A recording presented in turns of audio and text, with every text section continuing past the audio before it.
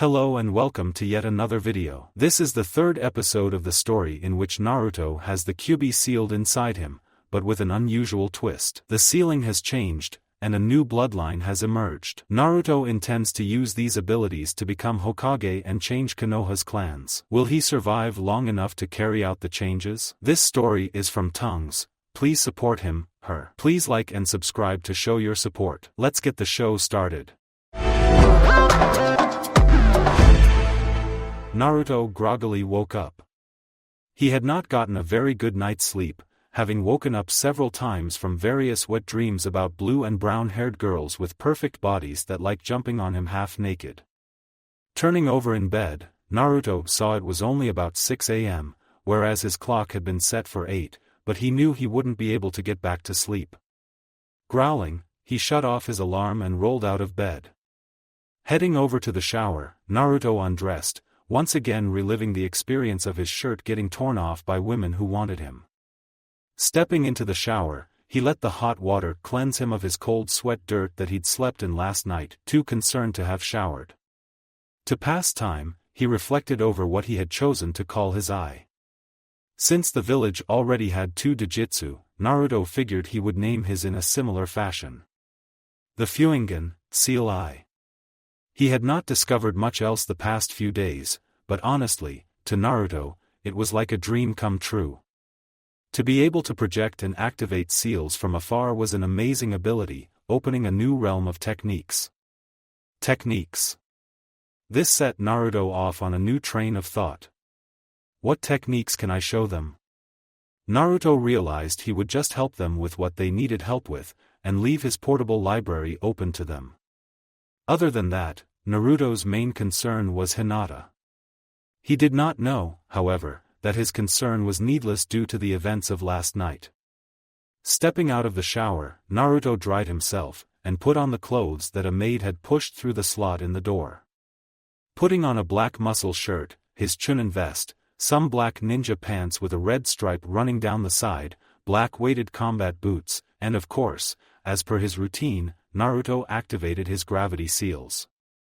Unbeknownst to his eternal rival Lee, Naruto's massive healing factor due to the Kyuubi allowed him to up his weights much more frequently. Currently, Naruto was at 35x, making his weights equivalent to about 1,120 pounds of force. Of course, as Naruto upped the equivalent weight, it took longer for the muscles to heal, and he still had a long way to go, since Mato Guy, the person Naruto truly wanted to beat in speed, usually wore about 2,500 pounds, more than double Naruto's. Naruto skipped downstairs to get breakfast, and was surprised to see his grandfather, Sarutobi, already at the table. He had usually gone to the office by the time Naruto got downstairs, but not today because Naruto had gotten up early. "Hey Hiruzen," Naruto said cheerfully. He may act older, but in reality, Naruto was still only 13. "You're up rather early." Yeah, couldn't sleep. Dreams were getting to me." Nightmares? Don't worry, those come with the job, the trick is to just not let them get to you." No, not nightmares. Definitely not nightmares. So then what were those groans you were making last night? Something to do with a certain blue-haired kunoichi? Naruto blushed. Crimson. Sure, he may have been dreaming about Hinata again, but that was none of his grandfather's business. No? Naruto. Okay, well, maybe. Naruto was willing to admit it. But no more than that. His dream last night was actually rather confusing, and seeing as his grandfather is the Hokage, then he must know something. "Hey, Hiruzen?" Naruto asked quietly, barely above a whisper. Sarutobi was surprised. Usually after teasing Naruto about his girlfriend, he would blush and clam up, never saying more about her than necessary. Wondering what could possibly break him from that habit of his, Sarutobi listened attentively. "Yes, Naruto?" There was a long pause, before Naruto continued his line of thought. "Have you ever Liked more than one person at a time? If there was a device that could show the level of perverted thoughts going through a person's mind at any given time, it would have exploded coming within 10 feet of the Hokage right then. Naruto. Anyone in particular, or is this just general? I swear I won't tell anyone. Naruto was a bit put off that he had dodged the question, but happy that he had someone to talk to. It was probably the most confusing problem that he'd ever had to solve, harder than even the most complex Fujinjutsu theories. 10-10. An older girl, eh? You like more mature women, huh? Naruto simply blushed a deeper red in response to the comment. Naruto, it's okay to like more than one person, it's normal. Just make sure you are very careful in approaching the situation. If you have to choose, find a way to choose, and if you can't, then find a compromise. Who knows, if you're really lucky, they'll be willing to share. The rest of the meal went by silently, Naruto looking up only briefly every once in a while, seemingly lost in thought. Soon the meal was finished, and the Hokage headed for the office, Naruto heading to the training fields to get in some practice before training with Team 8. On his way to the training grounds, Naruto checked all his equipment. Soon he came across a still battered field. This is where he had fought 10-10 last night, before starting a whole string of events. Jumping down into the field, Naruto crouched over the crater he had made last night. He decided he was quite impressed by it, seeing as how before last night, the technique lost its power or its speed before collision. Thinking about how he'd used it, Naruto remembered the string of events which led to his dream last night. His dream. Mindscape. Naruto was in his mindscape, relaxing in a hot spring wearing nothing but a thin white towel over his private parts. The steam rose around him, so that he couldn't really see past the edges of the calm pool of water. Time seemed to drag on, but Naruto felt fine just laying there in the heavenly basin. Two figures began to approach from outside the pool, only their outlines visible. They were both definitely female, and wearing clothing. One with her hair in two buns, the other with her hair short, with longer bangs hanging over the front but to the side. Both figures began stripping. The girl with her hair in buns began by letting her hair down, the long hair stretching down to her lower back. She slowly slid off her pants, then her shirt, then her bra and panties. She was nude for a moment, before pulling a towel around only her waist, and moving into the pool. When she reached the edge of the water, Naruto recognized her as 10-10, and nearly passed out from a nosebleed. However, it is rather difficult to pass out in one's mindscape, as your mind would then have nowhere to go. She sidled up alongside him, her breasts dancing with her movement, her sleek tanned body moving from side to side, swaying seductively. With a blush on her cheeks, she pressed up against him, putting one of his hands against her breast. The soft touch of flesh on flesh left both of them blushing furiously, and this would have continued had Hinata not entered the pool.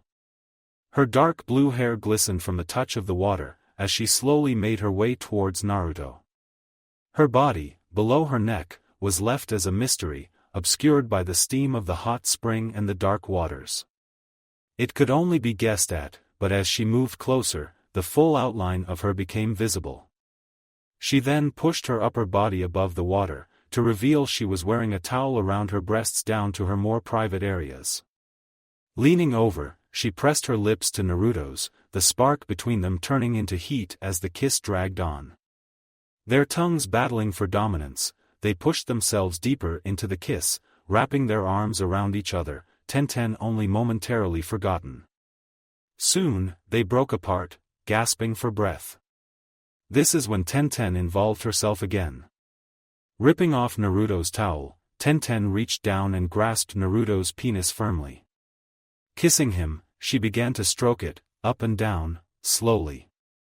Naruto's panting grew faster as the pace increased, and even faster as Hinata then pressed herself to him, guiding his hands to her now uncovered breasts. Naruto, responding to the action, leaned down and licked one of Hinata's tits, eliciting a soft squeal from her, soon followed by louder ones. Reaching down with his left hand, Naruto began rubbing Tenten's clit, eliciting from her moans of pleasure.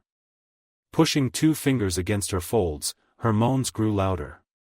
Panting, squealing, moans of pleasure. All growing louder and louder until finally. Exit mindscape. Due to his thoughts, Naruto did not notice a familiar figure which had crouched down next to him. Tapping on his shoulder, then finally punching him in the head, Naruto broke from his thoughts. Looking next to him, he was surprised to see Tenten, fully clothed, not stroking him off. Shaking his head furiously, Naruto removed the naughty thoughts and blush from his head and face respectively. She noticed the blush disappear, and decided to tease him a little. "So, Naruto-kun. What were you thinking about?" She put her pointer finger to her lip, an innocent expression on her face, while she crouched down with her legs slightly open. Nothing." Not believing him for a moment, she was about to move in on him, when suddenly a girl appeared behind him, a slightly nervous look on her face. "Naruto-kun," she whispered. Turning towards her, he recognized her as Hinata, and the paper she was holding out the form that he had left on her table in her room yesterday. With a confident look on her face, she said slightly louder than before, "I will beat Neji." Naruto just looked at her, then getting up, he hugged her to him. Leaning towards her, they kissed, and this is when Tenten spoke up. "Hey, why does she get a kiss as a hello and I don't?" Hinata just looked confused for a moment. "What? He's my Naruto-kun, what's she talking about?" Looking to Naruto for an answer, she saw him sweating a lot. "Hinata-kun, can I, talk to you about something?" "Oh, so you haven't told her yet?" Tenten piped up, mock anger on her face. "Told me what?" "Naruto-kun, what's going on?" "Oh, we made out in the supply closet of my store yesterday, tops off and everything. And it was good." While stating this, Tenten pulled at her shirt a little, as if she could feel the heat and stretched out the word good until it hardly counted as a word anymore. Naruto simply looked shocked at her behavior. "It didn't go down that way, she dragged me. She forced me." Naruto snapped from these thoughts and in his panicked state began trying to explain to Hinata, but before he could even get the first word out, a juken palm thrust was pushed into his chest with much more force than he had ever felt from Hinata. It literally knocked the breath from Naruto, and if not for his feeling factor, he probably would have died from the impact. Needless to say, he passed out, his last sight being a crying Hinata bounding away into the trees, and a smirking Tenten watching her leave. 15 minutes later, Naruto was finally waking up. Normally even the strongest juken strike from Hinata did nothing but cause mild dizziness and some pain, nothing compared to what his normal training did to him. Opening his eyes, the first thing he saw was an unfamiliar ceiling. It was pink, with a few cracks in it. He was in a bed not his own, with pink sheets and a white blanket over him. To his right was Tenten, looking at him concerned for his health. Apparently when Hinata hit him, she deactivated the gravity seals, allowing Tenten to carry him. Tenten was also holding tea in a mug, which she passed to him, seeing that he was awake. "Drink, you'll feel better." Naruto, however, ignored her. He pushed the cup back towards her and growled out angrily, "I said it was an accident. I love her, why'd you have to go and do that?" "Why would you want to do that?" "Because I like you too." This was not what he thought he would hear. Certainly, he had only met her yesterday, but after what they'd done, and how indifferently he'd acted towards her, it didn't seem all that unreasonable that she could become jealous. Still, she had no right to do that. "I said it was a mistake." "Then couldn't you have brought it up, I dunno, later?" "I mean, seriously, that wasn't your business, and neither am I." "Yes you are. You've been nicer to me in the past day than any boy has been to me before. All the girls always called me a tomboy and I never had many friends. The only time I see guys my age are when I got to team practices, and with Neji and Lee, do you think I honestly have much of a chance?" Niji is too arrogant to deal with, and Lee is just too weird. You're nice, kind, strong, and you gave me a weapon, a legendary weapon, of nothing more than apparently to see me smile. You surely weren't dismissing me yesterday, why did you today? Her voice had started out calm and collected, but gradually grew angrier, until spiking at the end. Naruto knew that yes, she must have had it rough, she was sort of an outcast ninja, using a completely different fighting style than others. And of all the times he'd seen her, she'd always been training alone. I know of a certain pain of loneliness. I can understand her, but I love Hinata. Don't I? He was simply searching his mind for confirmation, and he knew he loved Hinata, but a certain part of him liked Tenten too. I'm sorry, Tenten. It's just. I'll get back to you. With that, he leapt out of the bed, and jumped out onto the balcony, then jumping off in the direction of the training field he'd been in before. His team could wait a moment. He needed to find Hinata. 30 minutes later, Naruto had not found Hinata, but he couldn't just abandon the team as well. Arriving at the usual training ground, he saw Shino, Kiba, and Hinata all waiting for him.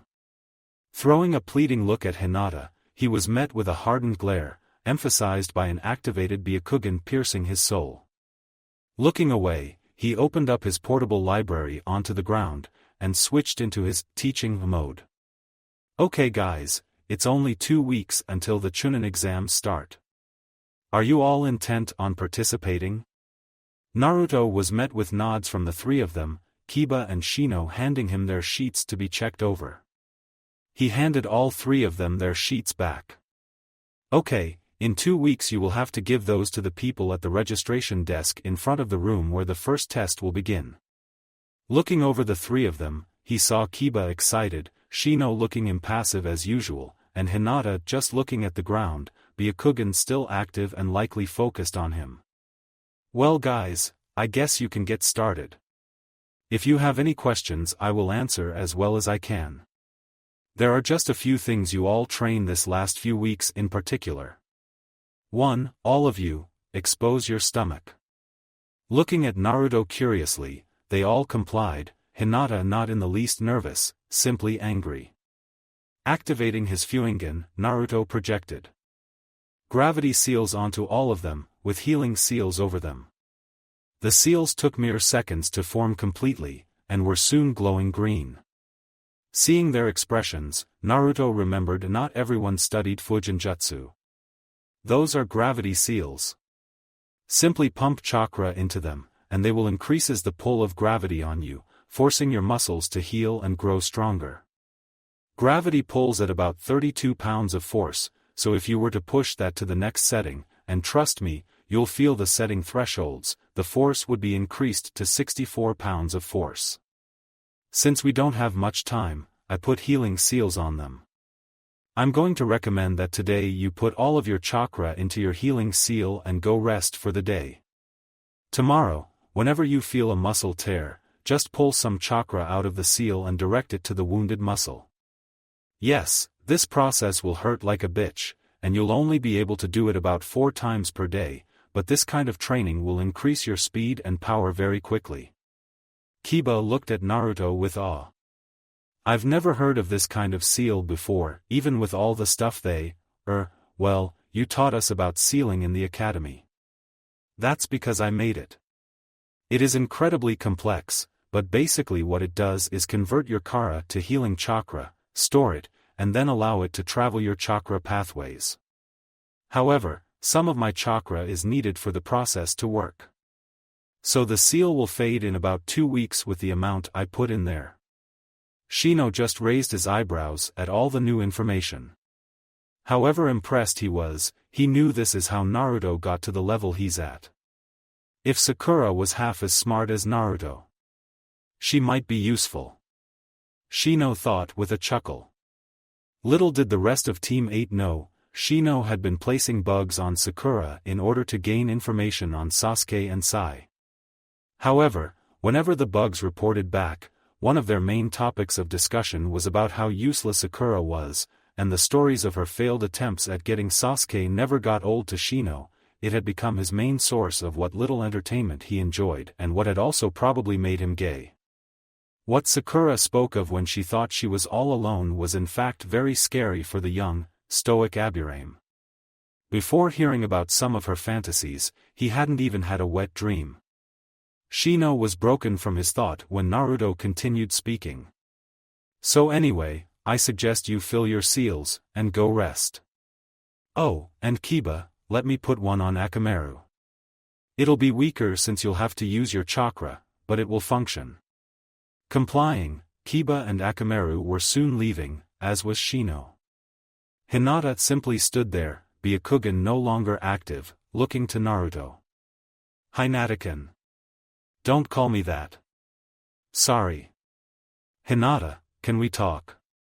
She gave no response, but Naruto assumed she meant yes since she had not yet left. Motioning for her to come closer, he put his arm around her and shined them both several times, until they were atop the Hokage monument, on the 4th's head. A long pause followed their arrival. Naruto sat down and Hinata soon followed, sitting next to him, but not close as she would have happily done the day before. Hinata. It's not what you think. Hinata snorted in disbelief.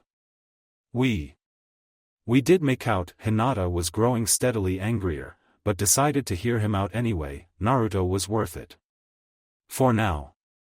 Naruto, noticing her shaking slightly in anger, ventured forth, but it wasn't consensual. I was frozen by her. I didn't know what to do. I broke it off, and every second I was thinking about how much I loved you and why it was a mistake. And I pulled myself away. I told her I loved someone else. Hinata, I love you, no one in the world can replace you, ever.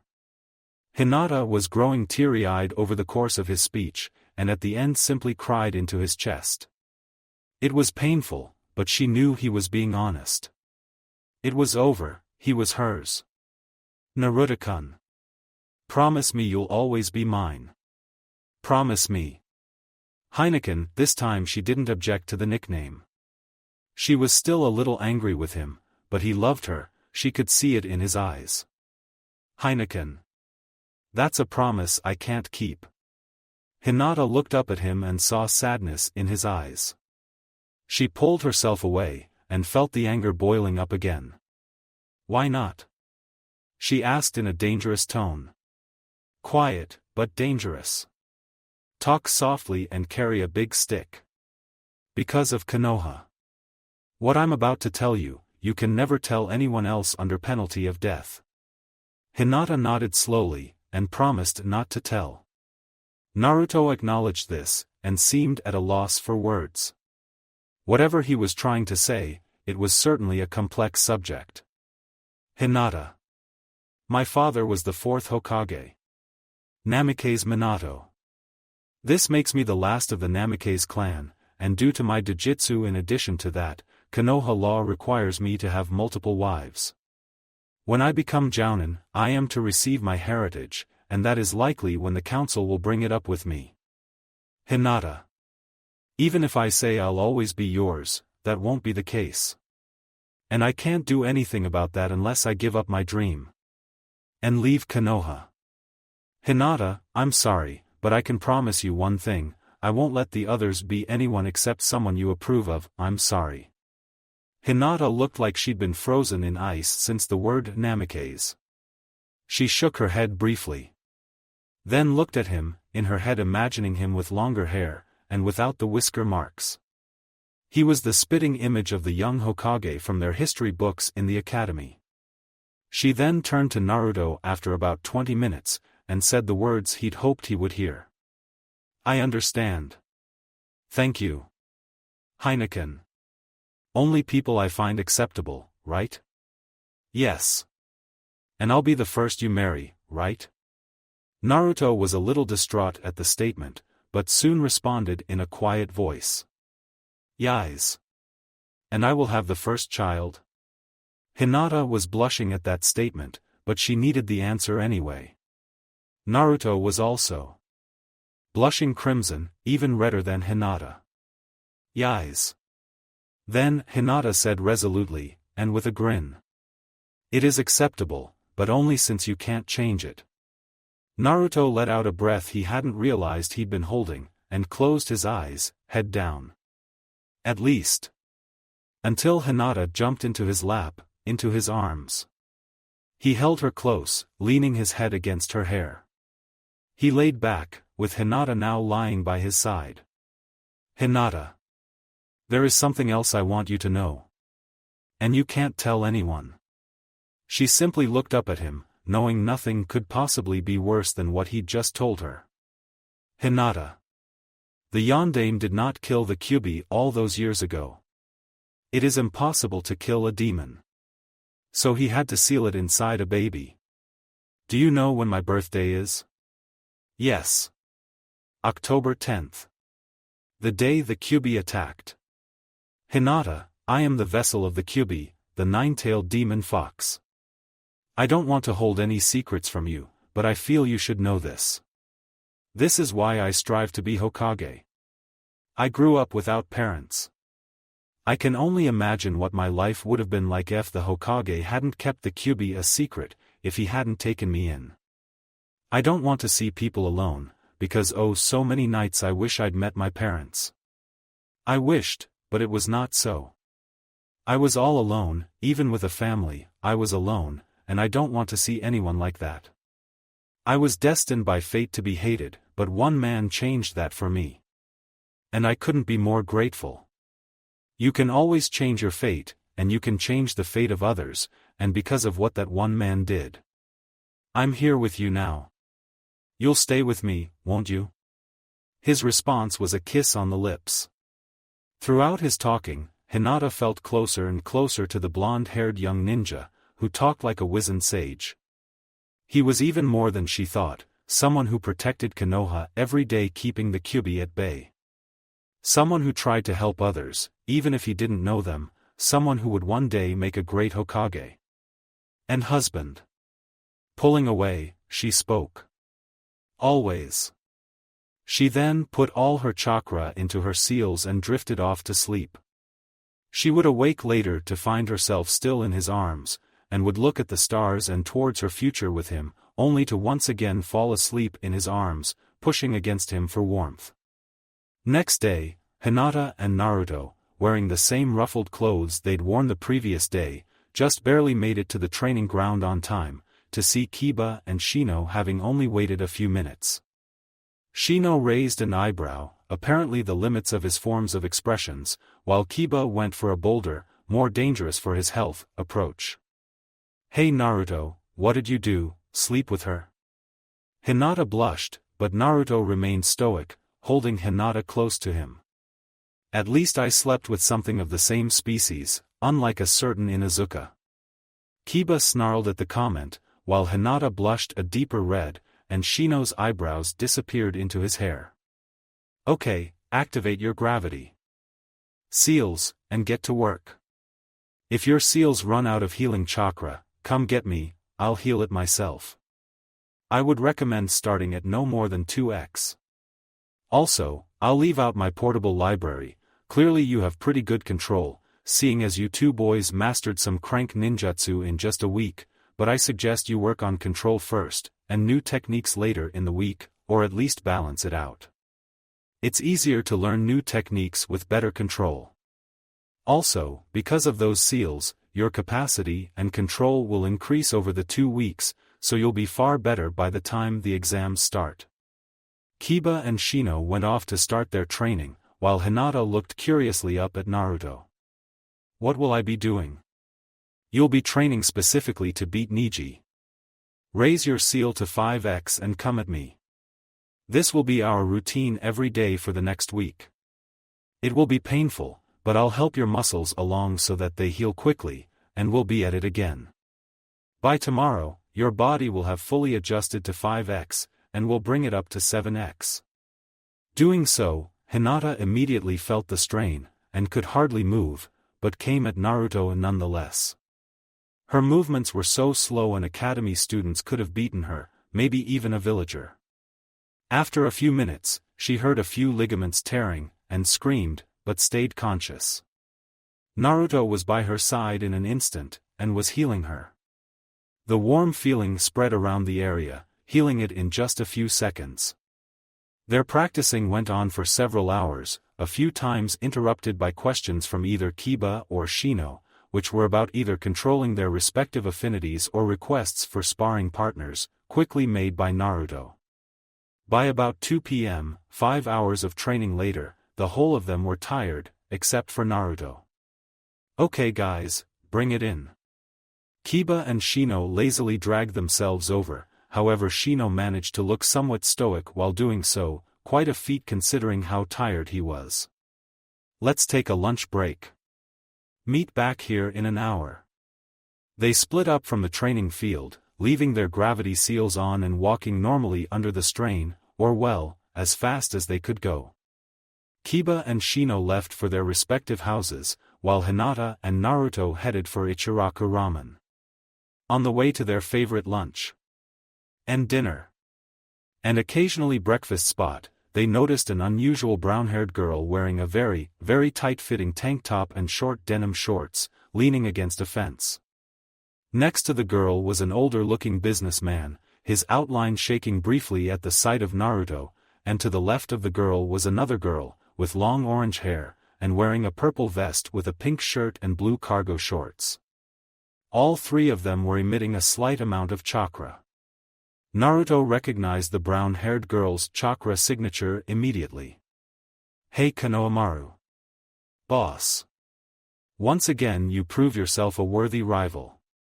Konohamaru and the core dropped their henges, and introduced themselves in their normal manner, which both Hinata and Naruto had seen so many times it wasn't even funny. Naruto had known Konohamaru since he'd been born, and the kid had always looked up to Naruto. However, he didn't have the chakra necessary to do what Naruto had done at the kid's age. But he was still the best of the academy students. He spread his knowledge with his friends as well, Moegi and Udon, the two other students now standing behind him and to the sides, and together they were the three best in the academy. "Hey boss. Think you can teach us another technique now? We have henge down." "Not now, we're gonna go get lunch then head back to training." "Oh come on. It won't take long. Lunch won't take you an hour. Or will you be eating your girlfriend's face too?" Hinata blushed crimson, her quota per day now being approximately 15, down from 50-something when she'd first met Naruto. She turned to face the other way, as Naruto winked at her. "Tell you what, I'll teach you a new one if you can catch me." Naruto ran ahead, but pushed himself up to 40x so that Konohamaru would have at least a semblance of a chance. Hinata chose to jog lightly behind the group, as they rounded a corner. A split second afterwards, Naruto had shunshined to the back of the group, so as to avoid hitting someone. However, the Konohamaru core were not so lucky, and ran straight into a large man about Naruto's height in a baggy black bodysuit with what looked like cat ears on the top, and a wrapped human-sized package on his back. The boy, who was apparently also wearing kabuki face paint, picked up Konohamaru by the ridiculous scarf he wore, and drew back a fist, then spoke in a threatening voice. "Hey kid, watch where you're going." Naruto was in front of the kid in a flash, his gravity seals having turned off, a bit of healing chakra from his own seal healing what he's torn when turning up to 40x. Naruto put a hand over the other boy's fist, and grabbed his other wrist, breaking it and forcing the boy to let go of Konohamaru and let out a small yelp of pain. "I wouldn't do that if I were you. He's the Sandaime grandson and if you don't want to die I'd suggest you stay away from him." The boy with the now broken wrist growled, then moved to kick Naruto, only to be stopped by a burning feeling on his wrist. His hand was soon on fire, due to chakra from Naruto. Stating it as if were the simplest thing in the world, Naruto spoke. "Katan, burning hands no jutsu," then let go of the boy so that he could deal with his now flaming clothing. It was extinguished by a small-sized blast of water that seemed to come from behind Naruto. Hinata whispered to him, "Suiton, water bullet no jutsu, and pointed to one of her water bottles now empty and torn apart. The now very wet boy got up and stared at the two with disbelief, and was preparing to run before a girl with blonde hair, more of a pale yellow compared to Naruto's, walked up behind the boy.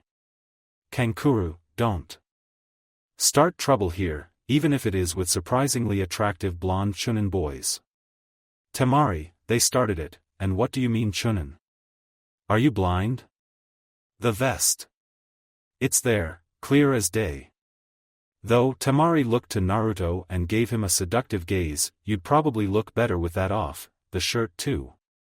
Temari let her battle dress slide open a little, showing off more of her legs and the edge of her thong, since apparently panties were overrated in Suna. She then threw Naruto a glance, surprised to see that though he was blushing, she had not managed to make any sort of look on longing appear on his face. In fact, she couldn't see much of his face, as his head was soon in his hands while he shook it back and forth. Naruto was listening to this whole affair, and decided it was fool's talk until the girl, Temari, started blatantly hitting on him. At this, he put his head in his hands, shaking it back and forth thinking, why me? Why me? Why me? Why me? Why me? This is also when Hinata let out an indignant huff and glared at Temari, putting one arm around Naruto in order to stake her claim. Temari saw the interaction, and decided to see if she was a friend, or something more. Heck, if a guy that looked that good with the ability to bring down her brother in a few seconds, probably faster, was available. Who was she to pass up the chance? Sauntering forward, she decided to get what she could, but before she could approach him, Hinata pulled Naruto into a kiss, Temari simply thinking rats. He looked like a good kisser too. Temari, stopping her approach, turned around to hear a voice, her younger brother's voice. Temari, Kankuro, we are leaving. If I catch you fighting again before the exams, I'll kill you. The last part of the sentence was laced with a demonic aura, which Naruto recognized immediately as that of a tailed demon. Looking at the boy in curiosity, Naruto opened up communication with Kyuubi. Kyuubi? Mortal? That's the Ichibi vessel, isn't it, of the one-tailed raccoon demon? Yes. Shikaku.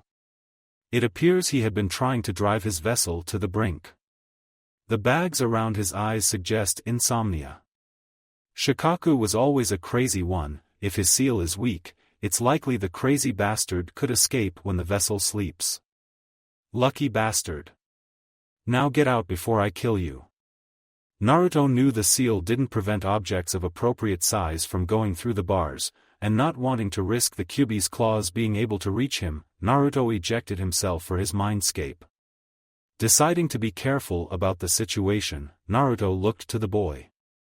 He was about 2 inches shorter than Naruto, about Hinata's height, with red hair, black rings around his eyes, no eyebrows, and the kanji for love in red on his forehead, above his left eye.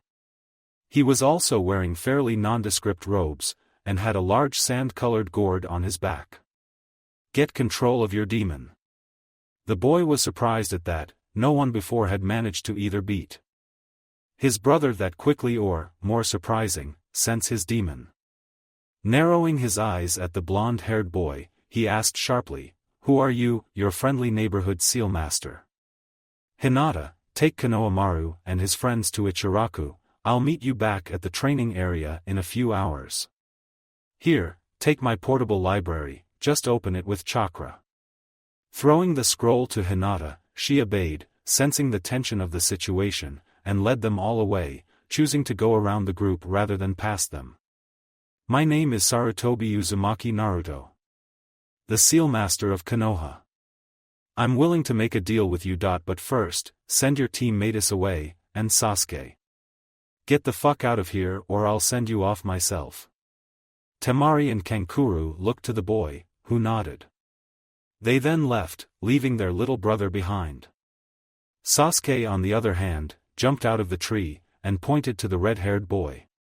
"What's your name?" The boy responded again in his demonic tone. Gaara. Sasuke recoiled slightly at the demonic aura, much to Naruto's amusement, then said, "I am Uchiha Sasuke. And I will kill you."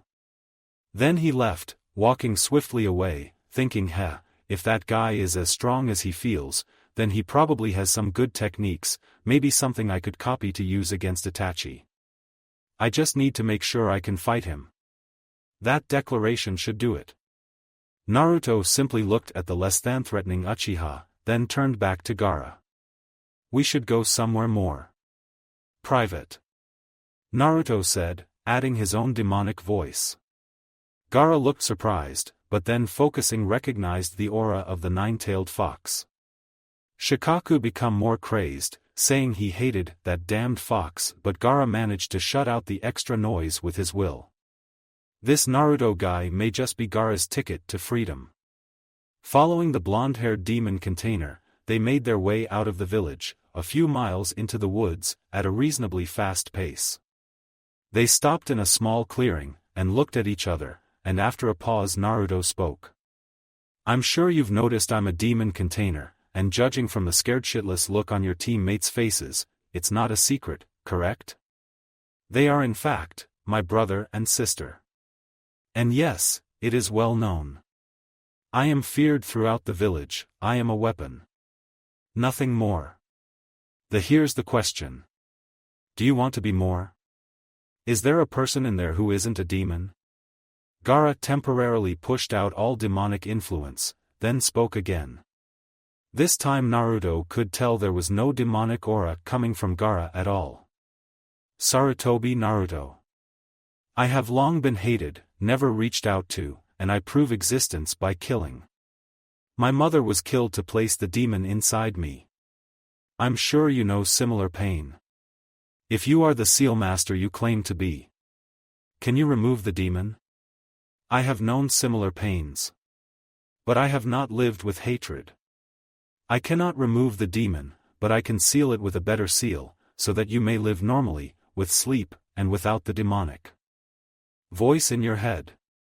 At these words, Shikaku went absolutely nuts. Gaara grasped his head, then spoke one word, half pleading, half taunting. "Run." Then sand began swirling around Gaara, the demon taking control. The right half of his body was surrounded completely, his eyes changing from piercing green to demonic yellow. His right arm had become 3 times the size of his body, covered with blue veins. He also gained a tail, roughly the same size, also with blue veins running down it. Naruto simply, and elegantly exclaimed, "Oh shit." Naruto dropped down to 1x in order to avoid getting hit, and performed his usual, Raitun, lightning staff no jutsu, and a staff of lightning appeared in his left hand. Dodging the sand that was pooling beneath him, he launched himself into an opening move of the dance of the nine-tailed fox. Rushing at Gaara, he rapidly threw himself from side to side, dodging the sand arm, and jumped on top of it, dragging his staff behind him through it. The swath of destruction through the sand was enough for Gaara to lose more control, and form the left arm of sand. Moving with more speed than Naruto thought possible for an arm that size, Naruto got sideswiped by the claw, hearing the cracking of several ribs. Drawing out healing chakra and once again blessing his healing factor, he righted himself in midair and leaped off a nearby tree to dodge another swipe.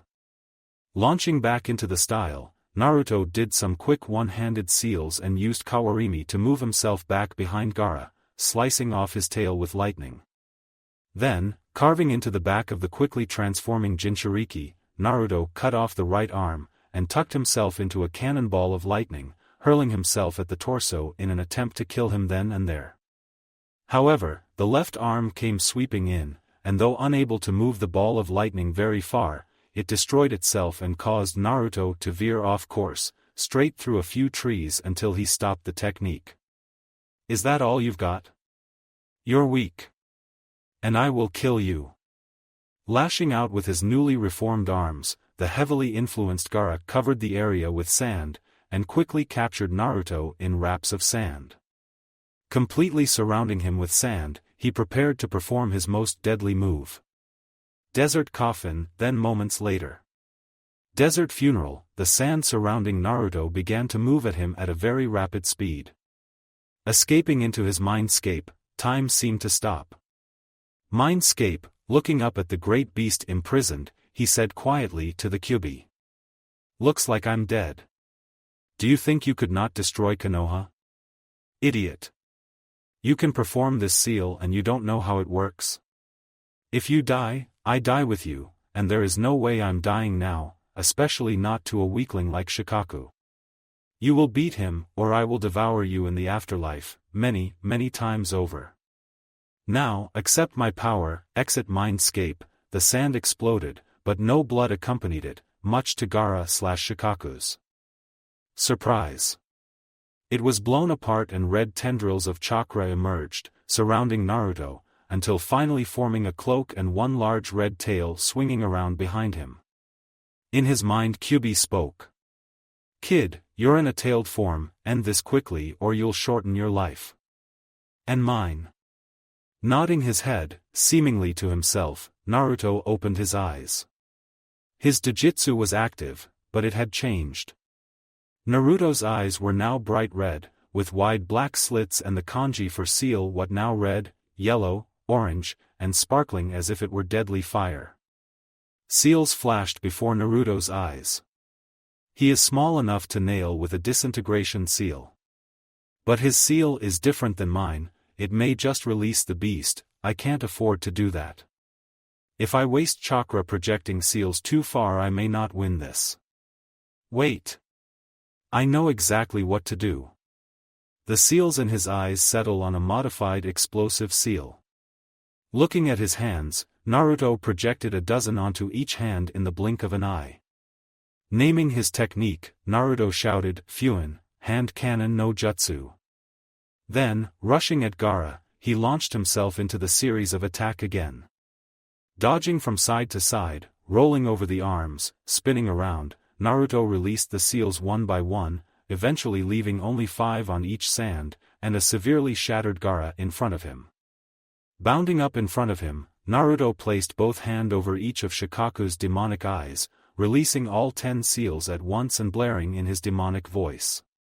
Fuin, hand inferno no jutsu. Gaara's head was nearly torn off, the entire rest of his body obliterated by the attack, leaving only the bloody remnants of what was once a human/demon body. The sand around the area began gathering, healing him until the human body was complete again.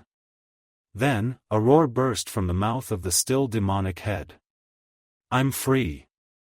Sand gathered and in a matter of seconds, a demon the size of the Kyuubi rose up. A/N, I said 50 at the beginning, I believe that was a typo, I meant 150. Naruto said quietly, oh fuck. The gigantic demon raccoon slashed at Naruto with its left arm, destroying hundreds of trees. Naruto pumped chakra to his feet and jumped over it, but still got a long gash over his right leg, which healed as quickly as it appeared. It's times like this I wish I had a summoning contract. I'll have to look into that when I survive this. If I survive this. Dodging several more slashes and using more and more chakra to heal himself, Naruto realized he only had one chance left, to damage the demon to a point where he couldn't regenerate without being forced back inside the seal. Kyuubi, yes mortal scum. Give me 3 more tails, you'll be reducing our lifespan. If you want the power, finish the fight in the next 10 seconds, I will. A massive burst of demonic energy shot from Naruto. The pain that the chakra was causing to Naruto's skin was massive, but at the state of constant regeneration, Naruto forced himself to ignore it. Moving chakra to his legs, Naruto shot into the air, jumping up 150 feet and using some wind chakra to float long enough to execute his technique. Fun, 10,000 Seal Inferno no Jutsu, simultaneously placing 10,000 modified exploding seals, each 5 times as powerful as a normal one, spread all across Shikaku's body, more of them focused on the head. Naruto activated all of them at once. The explosion was so powerful that legends later stated that an earthquake shook all of Konoha, and people could see the blaze in all the elemental countries. A bonfire shot nearly 2 miles into the air, creating a pillar stretching to what people thought must have been the heavens, and it created a crater 4 miles in diameter around the center point. Naruto, though caught in the blast, took no damage due to the cloak. He landed and the demonic power receded. Shikaku's entire body exploded, and Gaara fell 150 to the ground, unconscious, and was caught by Naruto. Naruto lifted the other boy's shirt, and began the sealing process. After a mere 5 seconds, Gaara's seal had been replaced by one the same as Naruto's. Naruto then kept himself conscious until the Anbu and Hokage arrived. Seeing them, he gasped out a few brief words. "Tell Hina-chan. Love." Naruto then passed out, his internal organs damaged seemingly beyond repair, his body and mind strained to the limit. His heart stopped beating. All was black. Naruto. Beep. Beep. Beep. Beep. Naruto awoke to the sound of a heart monitor slowly beeping in the background. Staring at the blue ceiling of his hospital room, he noticed he was also hooked up to a breathing machine, and that there were various doctors and nurses running around his room. One of them saw him wake up, and shouted something to the others. 2 people were suddenly before him, one doctor, and one Anbu in a dog mask. The doctor was looking at him in a mixture of disbelief and relief, while the dog mask showed nothing, as it was a mask. Looking up at them, he could feel the beginning of red chakra entering his system, and could feel each of his individual bones healing, his chakra pathways healing, and soon an eruption of chakra. Blacking out again, he was soon in his mindscape. Mindscape, I will be free from this cage. What's happening to me? What's going on? Naruto was stuttering in front of the crumbling cage. The word seal on the middle of the cage was partially torn, and the bars were breaking down. Foolish mortal. I may have respected you, but the seal has weakened. I will escape. The Kyuubi began to attack the cage, the bars slowly weakening. Naruto could do nothing but watch in terrible fascination as the seal began to weaken. One of the tails whipped out of the cage, breaking a bar and ejecting Naruto from his mindscape. Exit mindscape. Looking around, Naruto could see the tendrils of red chakra swirling around him, throwing a few of the medical staff through walls, while the rest chose to flee from the room as fast as they could. Only the Anbu with the dog mask remained, performing some jutsu that appeared to be strengthening the seal, if only momentarily. Looking up at him pleadingly, Naruto found he could not speak, but mouthed, "Help me." The man in the Anbu mask looked to him and shouted over the roar of the energy, "Seal it." Tails began to emerge from Naruto. The first 4 appeared in an instant. The pain which surged through Naruto's body continued, and heightened as the 5th tail formed. Activating his bloodline, his eyes were now red and slit, with the kanji for seal acting like fire, burning Naruto's eyes. The 6th tail formed. Scrolling through all the seal he knew, Naruto remembered what he had done to Gaara. Bringing up the seal, Naruto lifted his shirt, or tried. The 7th tail formed. Using all his strength, the Umbu focused a beam of blue chakra onto Naruto's stomach, destroying his shirt and revealing Naruto's stomach. The 8th tail formed. Naruto focused what chakra he could into his eyes and projected a new 4-image seal over the old one, removing it. The 9th tail, half-formed, receded. Moments later, the rest of the tails receded back into Naruto. The last of the evil chakra moving back into his body, Naruto noticed a deformity of his seal. Whereas the seal he'd had before had a spiral in the middle with the 8 divination signs surrounding it, this seal showed the yin-yang sign with 2 fox heads instead of the usual dots. The seal was black and white, and surrounding it were 4 larger divination seals. Interlaced in the seal was a pattern of 9 tails spreading out from the center. The Anbu was just staring at him, panting. Suddenly, he noticed something unusual. Either the boy was still under demonic influence, or his jujitsu just changed. Deciding it would be better to inform the boy, the man spoke up. "Uzumaki-san. I believe I was told your Jujutsu is green. Correct? Looking up at the man, Naruto was surprised to see that he was still there. He didn't even look like he'd been affected by the demonic chakra. Not hearing the question, Naruto just spoke his mind. Who are you? Tenzu, ANBU captain. Why aren't you dead from the chakra? The question made Tenzu slightly uncomfortable, but he knew he wouldn't get any more information out of the boy if he didn't answer truthfully. I hold a bloodline that helps in controlling demons. I wasn't killed because your demonic chakra couldn't hurt me by striking at random.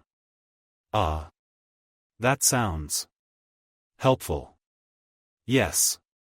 Now Uzumaki-san, isn't your Jujutsu normally green? Yes. Why? Because your eyes. They're still red. Naruto looked over at some broken glass on his bed from when the windows had shattered, and seeing his reflection was surprised to see that they were, in fact, still in demonic form. Noting that his eyes could be like an Uchiha's, and could possibly have multiple levels, Naruto decided to see if anything had changed. Your name was Tenzu, right? Yes, Uzumaki-san. Tell me. Are my eyes still scrolling through seals? Yes, Uzumaki-san. Why do you ask? I'm trying to figure out if my eyes have different levels of power, trying to figure out if something changed. I'm afraid I don't know how to help. Naruto was slightly disappointed that the ANBU couldn't help, but decided it wasn't his fault. Looking down at his stomach, Naruto did discover something new. Staring at his seal, he could feel knowledge entering his mind. He suddenly knew exactly how the seal worked, even though he'd never seen it before. It appears I copy seals. In the same way Uchihas copy ninjutsu? Naruto muttered to himself. Sorry, what was that? The ANBU inquired. Naruto had momentarily forgotten the man was there, but decided it was worth keeping someone around to talk to. I am correct, I reached a different level of my Jujutsu, or at least I think I did. I can project seals like before, however something else has happened, I can analyze seals. I looked at my new seal, something I've never seen before, and suddenly knew what it did, without needing to go do research or anything. Interesting. I guess you really are a surprising ninja. Still can't believe you beat a demon. The statement brought back memories. Memories of his battle with Gaara, of resealing him, of his bones broken, the bleeding, and death. How did I survive? Am I alive right now? How can I feel fine? How long have I been out? Is Gaara okay? Is Konoha okay? Where am I? Deciding to voice his thoughts, he caught the man's attention again and spoke softly. Am I alive? Yes. You are in Konoha Hospital. You took severe injuries, and looked like you were about to die when the Hokage, me, and my squad arrived. Our team medic began healing you, but you just absorbed the chakra and healed yourself. After that, we all fed chakra into you, including the Hokage, into near exhaustion. We finally brought you here, hooked you up to the machines, and just as we finished you woke up. It shouldn't have been possible, but you did. Wait. What time is it? About 4 p.m. You know, that was quite a feat. You blew up a demon. Kid, you're gonna be a legend. Tenzo took off his mask and looked down at Naruto with an affectionate smile, which simply looked strange on the man's face. Grasping Naruto's hands, he laid the boy back down on the bed and looked him over. Of course, thanks to the demonic chakra there were no cuts or bruises, but the boy still looked different, as if he'd aged a year. His whisker marks were not more defined, he was about 2 inches taller, his muscles more defined as well, and his hair had changed. The boy's hair now reached just below his shoulders, growing a year's worth in a few minutes. The boy switched his Jujutsu off, returning them to their normal bright cerulean orbs, and he looked just like the Yondaime.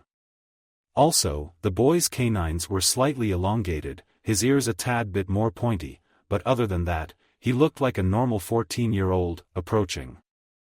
15, kid, you'll be fine. I need to go get the Hokage, don't let any more of that chakra escape. Naruto, agreeing, decided to just lay down. 5 minutes later, the Hokage entered with a small smile. Leaning on a cane, he looked frail, but in combat he could still beat just about any ninja into submission. He may be old, but he was powerful guy, still radiating an aura that screamed, I'm a nice, happy guy, but get on my bad side and there'll be hell to pay. Naruto, glad to see you recovering. I must admit, it took a lot of my chakra just to keep you alive. Yeah, just another one I owe you, Hiruzen. Naruto. The Hokage became serious, his tone of voice suggesting Naruto keep his mouth shut. Naruto, I heard what happened from Tenzo, he said you knew what the seal you put on yourself did. Care to explain? It wasn't a question, and Naruto wasn't one to withhold information anyway.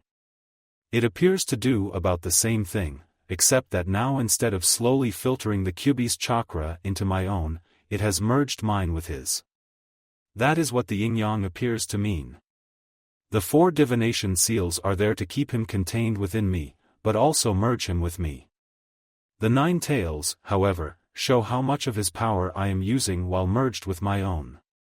I can only guess, but the more tails of power I use, the less control I'll have over it.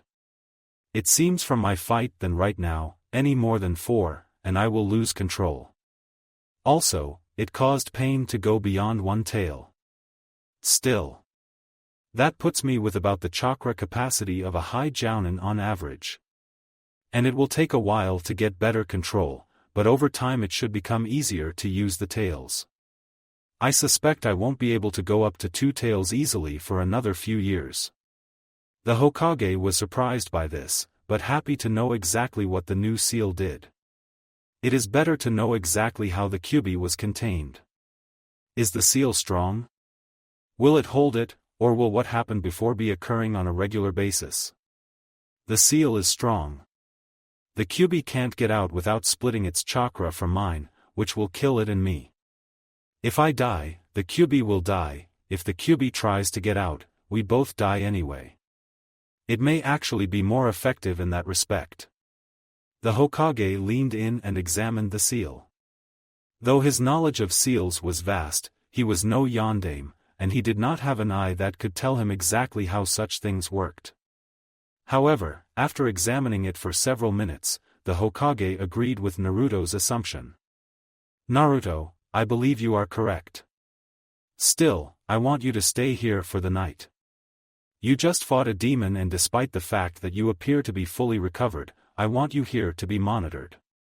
Get some rest. Tomorrow I will be bringing in a man who can give us a second opinion on the seal. Naruto would have objected, but there was a certain amount of finality in the Hokage's voice. Okay, Hiruzen. But can you let me have visitors at least? I want to talk to Heineken. Sure. She's actually been here for the last few minutes. I think she saw the trouble and immediately thought of you. Hiruzen. Naruto whined as the old man left.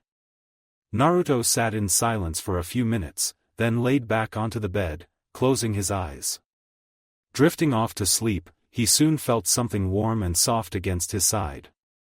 Waking up, he looked over and saw Hinata curled up against him on the bed. The lights were out, and the stars were shining out the window. Must have been asleep longer than I thought. Looking down at his blue-haired princess, Naruto noticed he must have grown, and that in fact, his whole body had grown. He noticed his own muscles as more defined, and that his hair was longer. If I had a mirror, I bet I'd look just like Dad. His thoughts were interrupted, however, when he noticed 2 white eyes peering up at him. Hinata. Naruto. The moment dragged on forever. Then, breaking himself from her gaze, Naruto glanced at the clock. It was a little past 11 p.m., and he figured she'd been there a good 6 hours or so. Naruto-kun. Her voice was sharp this time. Don't you ever Don't you ever go off and fight like that on your own. I wanted to be there. With you. I love you, so don't you ever try to fight alone again. Heineken. I'm sorry. Tomorrow I'll make it up to you. I promise. She seemed content with his response, but wanted a bit more. Anything I want to do, right? You got something in mind? After all, she'd had many hours to plot what she would be getting from him. She must have been thinking about it from the beginning. Oh, you'll see. Now sleep. I like watching you sleep. Naruto complied, and closed his eyes. Wrapping his left arm around Hinata, he felt her snuggle up closer, and they both fell asleep, enjoying the warmth coursing between them. It had been a long day. Next day, Naruto woke up to hear snickering, and what sounded like the scratching of a pen. It sounded almost perverted, the giggling, but he brushed it off knowing it was probably in his head. After all, only he and Hinata were in the room, or so he thought. Looking down at Hinata, he saw that she had taken off the coat she'd been wearing last night, and now was pressed tightly against him in a light blue cotton top and dark blue denim shorts. Her left leg was positioned over his left, and they were both under the blankets. Had someone seen this, they could have had some very, very wrong impressions. Looking around the room, Naruto spotted a man with long white hair, wearing green robes with a red vest over it, giggling and furiously writing notes onto a pad of paper. His high-tie showed the kanji for toad. Seeing the man not stopping his writing, Naruto decided to get his attention. Excuse me? What are you doing? Research. The man did not explain further, and continued to write, and Naruto was about to ask him again when Hinata woke up. Naruto-kun. Do you feel better? You must be awfully sore from yesterday even with your healing. The white-haired man seemed to redouble his efforts after that, much to Naruto's annoyance. Wanting very much to see what exactly the man was writing, Naruto did some one-handed seals and whispered his jutsu, futon, object retrieval no jutsu. A gust of wind coming from seemingly nowhere blew the notepad out of the man's hands, into the air, and over to Naruto, where he caught it and began to read. The man reacted quickly, running over and snatching it before Naruto could read much, but he got the gist of it. Pervert. If I end up as part of your research, I'll hunt you down and kill you. Now what do you want? Hey, the man shouted indignantly. I am not a pervert, I am the world-renowned Toad Sage, holder of the Toad Contract and the envy of men, the desire of women everywhere. I am Jiraiya the Toad Sage and super pervert. Pervert. The fight would have escalated had the Hokage not walked in. Looking between the two and the one very confused, yet seemingly very comfortable Hinata, he decided to silence the room. Naruto, this is the man I was talking about yesterday. He knows a great deal about seals, much more than me. He is here to examine your seal, taking a break from his travels. Don't worry, he knows all about the Kyuubi, you can trust him. Now let him see it. Naruto gently pushed off the covers, and Hinata at the same time so as to avoid too much suspicion, even if nothing had happened. Hinata was slightly miffed that her giant pillow had pushed her off, but was glad that Naruto was getting checked out. She wanted her Naruto-kun safe.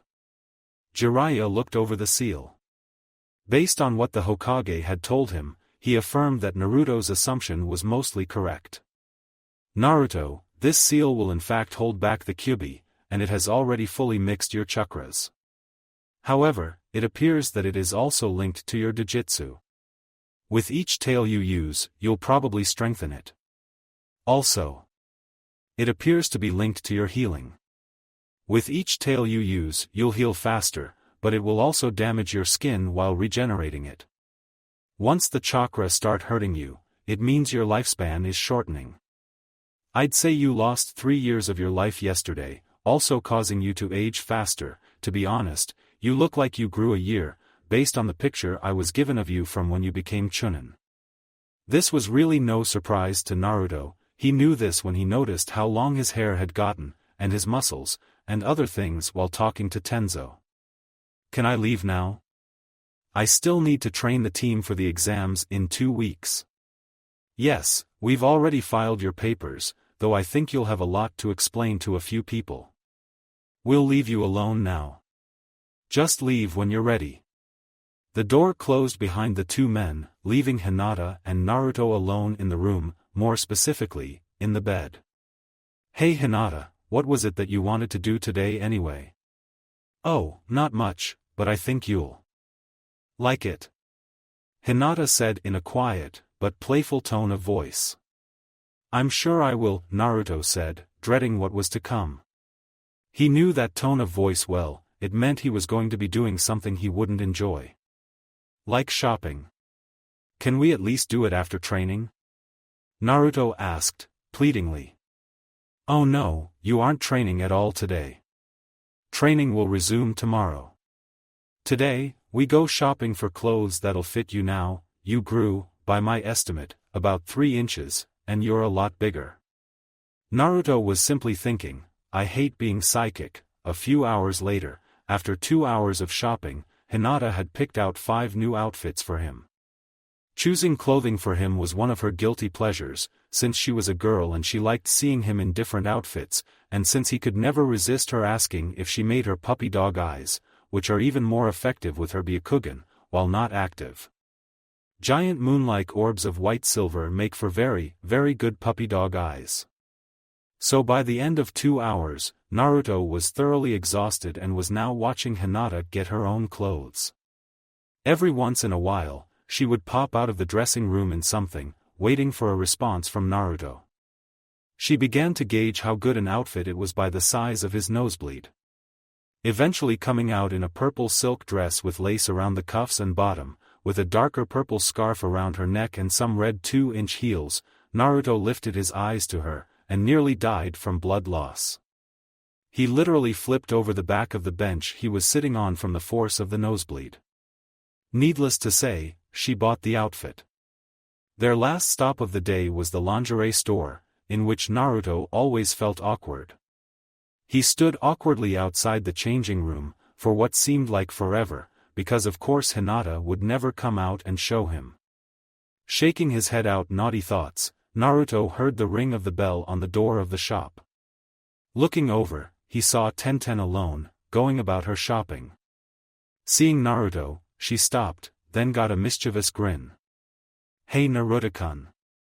Are you coming too? She was cut off by Hinata, who rushed out of the changing room and clasped her hand around Tenten's mouth. She whispered something in her ear, then was about to turn around when she heard something clatter to the floor. Noticing that she was only wearing a pair of white panties, and no bra, Hinata turned tomato red, and craned her neck around to see an unconscious Naruto and several bags strewn onto the floor. Quickly re-entering her changing room, she called for Tenten to wake Naruto up before he died of blood loss. Tenten, smacking Naruto on the head, woke him up and threw him a wink. You know, I'll be in that changing room right over there, feel free to come in. Naruto couldn't have blushed more deeply if he'd tried, or so he thought. At that moment, an unusually happy Temari and a seemingly dead Kankuro entered the shop. Temari took one look at Naruto, then rushed over and hugged him, pushing his head to her chest. Gasping for air, he choked out, "Hi, na, ta. Help." A fully dressed Hinata emerged, and looking at the scene found herself torn between smacking Temari and laughing at Naruto. Oh, tonight would be fun. Temari soon let go of the suffocating Naruto and turned to him to explain. It's just Gaara, he's normal again. He talks to us. He sleeps. I was just thanking you and... She stopped talking, due to a wink from Hinata that Naruto was left oblivious to. Naruto-kun, let's go. Nodding to Hinata, he complied and followed her out the door. However, upon reaching the threshold, he heard Tenten's voice float to him from the dressing rooms. Naruto-kun, look. Turning despite the voices in his head loudly yelling it's a trap. Don't do it, he saw what would be joining the half-naked Hinata in his wet dreams. Tenten was standing there in a red thong and teddy combo, striking a seductive pose, licking one of her fingers and drawing it up her thigh and tight. Round. Firm. Naruto collapsed. Hinata was then forced to carry him back to the Sarutobi household. Hinata had only two thoughts. I told her to keep it at a minimum until tonight. Thank Kami he doesn't have his gravity seals active. That evening, Hinata had told him to get dressed up and come down in half an hour to see his surprise. Coming out of the shower with towels on to make sure Hinata didn't accidentally see him, Naruto moved to his room. He saw that Hinata had laid out clothing for him, namely a black silk button-up shirt a little longer than normal so that it hung off his frame, and gray slacks that cuffed at the bottom. Putting on some normal white socks, Naruto waited the last 2 minutes before going downstairs. Heading to the living room as he'd been told, he noticed it was dark. Hearing his name from within, Naruto ventured forth into the room, flipping on the lights. In front of him was an image that would be forever burned into his mind. Hinata was wearing that purple dress with a dark purple scarf and red heels, drawn up on the couch. Her left leg, crossed over her right, was exposed up to her lower thigh by a slit running up the side of the dress. She was absolutely gorgeous. To her right, sitting across an armchair, legs draped over the right arm rest, was Tenten. Her hair was hanging down in an elegant manner, not messy but instead looking as silky and smooth as her skin. Her red Chinese dress with golden dragon figures running up the sides and centering on her chest brought out her eyes and natural beauty. Finally, leaning against the wall was Temari. Her hair was done up in her usual 4 ponytails, and was wearing a very, very tight blue tank top with light blue denim shorts only reaching to mid-thigh. Naruto couldn't imagine her in a dress, so it didn't really matter much. Gaining control of mouth and closing it, as he had been gaping at the sight, Naruto spoke what little he could manage. Hi. Hinata noticed his apparent unease, and after winking to the other girls, led him away by the arm into the next room. Naruto-kun. I know I will never have you all to myself, but you said yourself I must approve of whoever else will be with you as well. I talked with Tenten yesterday. And I can see her reasoning. She needs someone strong in her life, and she wishes to repay you. She has no desire to steal you from me, and after I explained what was going on to her. I hope you don't mind. She and I talked and I agreed she was a good choice. What do you think? Naruto was briefly at a loss for words, then thought of something he hadn't before. No, I don't mind that you told her, but why would you do this? Wouldn't you, I dunno, want me for yourself? Hinata sighed, but explained. Naruto-kun. It's just, I know there'll be others eventually, and I figure it's better that you have an actual relationship with them before you marry. I admit, I want you all to myself, but I'm already getting the first child. And I know that you'll never be only mine. Naruto was shocked to hear her say this. Usually she stuttered and blushed whenever talking about relationship-type things, but this Hinata was serious, thoughtful, and loving. And Naruto liked it.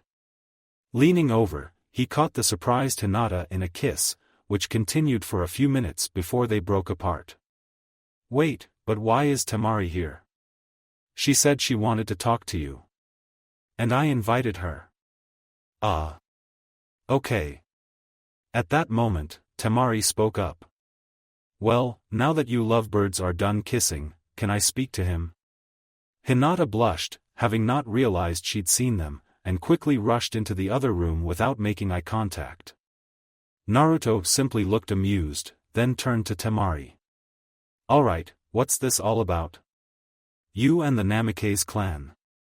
Wait. You know too? Does the whole goddamned village know?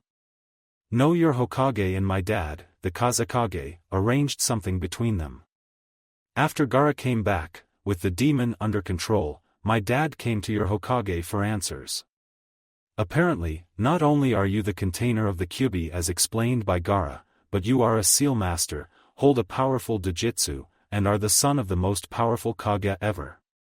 I don't understand all of it, but essentially my father is trying to establish better connections with Konoha to get economic help, and to solidify relations.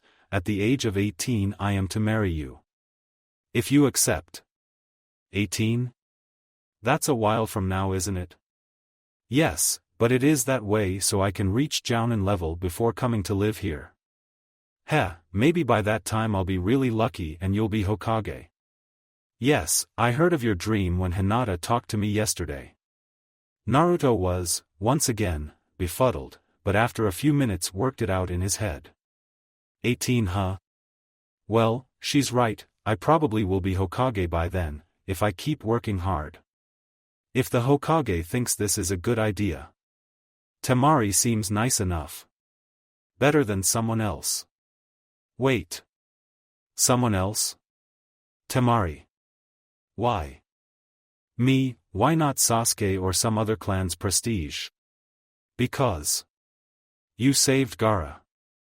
You helped my brother, saved him. He's human again, and I just want to show you how much that means to me. No one before has ever been able to reach him, to do what you did in just a few short hours. You gave him life again. And I want to thank you. Naruto. I requested you because, I like you. You seem exactly like the kind of person I'd like to be with. Naruto closed his eyes, and thought for a brief moment, before opening them and getting cut off, just as he was about to speak. Temari was gazing straight into his eyes, mere inches from his face. With a seductive look, she whispered, "Say yes." Naruto, paralyzed by her, did the only thing he could. Yes. And with that, Temari leaned forward and kissed him on the lips. It was short, gentle, not at all what one would expect from Temari, but this was only a prelude to what would come in a few years.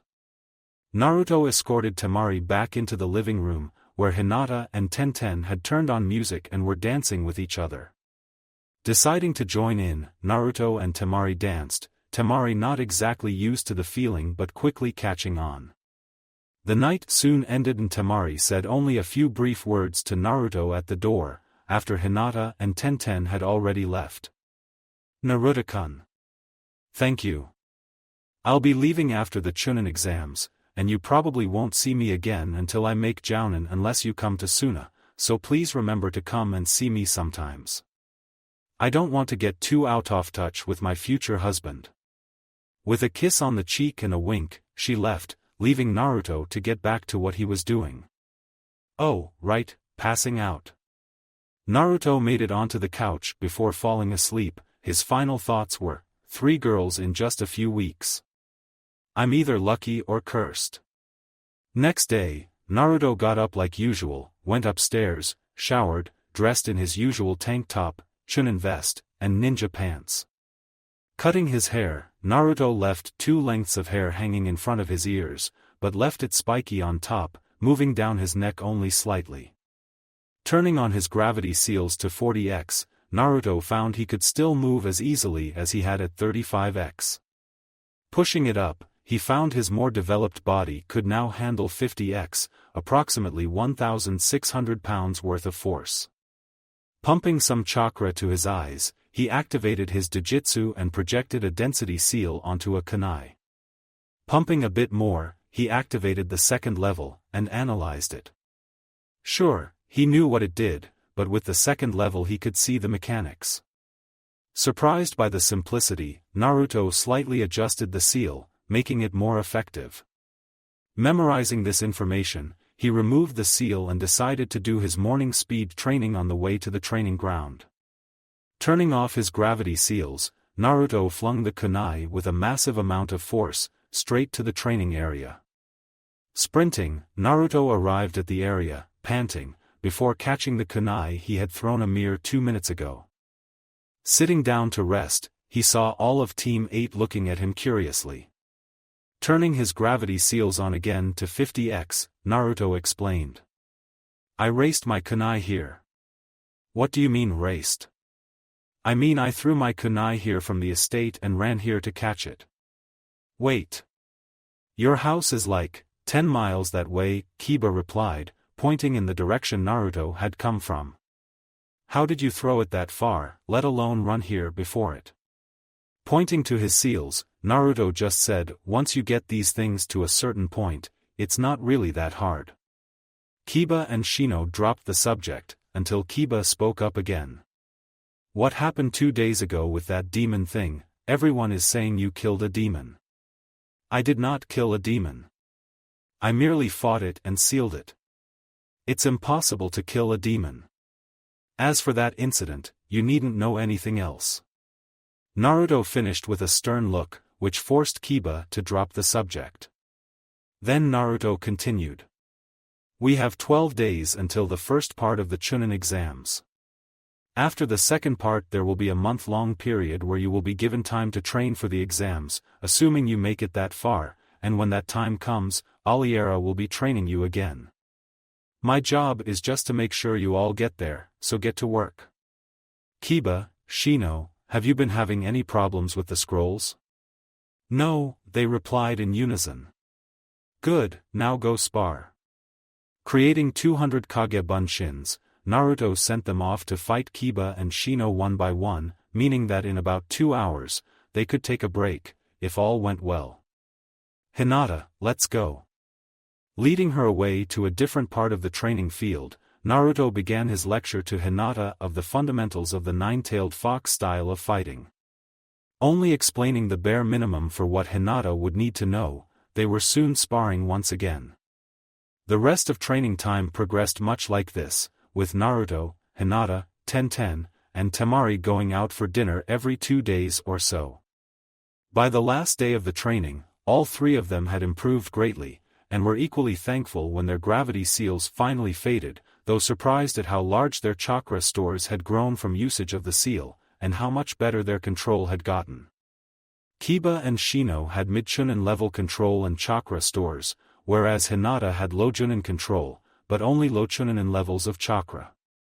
All of them had learned several new moves, including their family jutsu, and considering how word spread of Naruto's method of teaching, they had become the team to bet on for the events. A/N, I will be keeping their abilities secret for now, surprise is always good. On the day of the exams, all 3 of them met just in front of the academy, where several other teams had gathered. Making sure everything was in the proper place, the 3 made their way up to room 301. However, upon reaching the second floor, they saw a particularly unusual sight.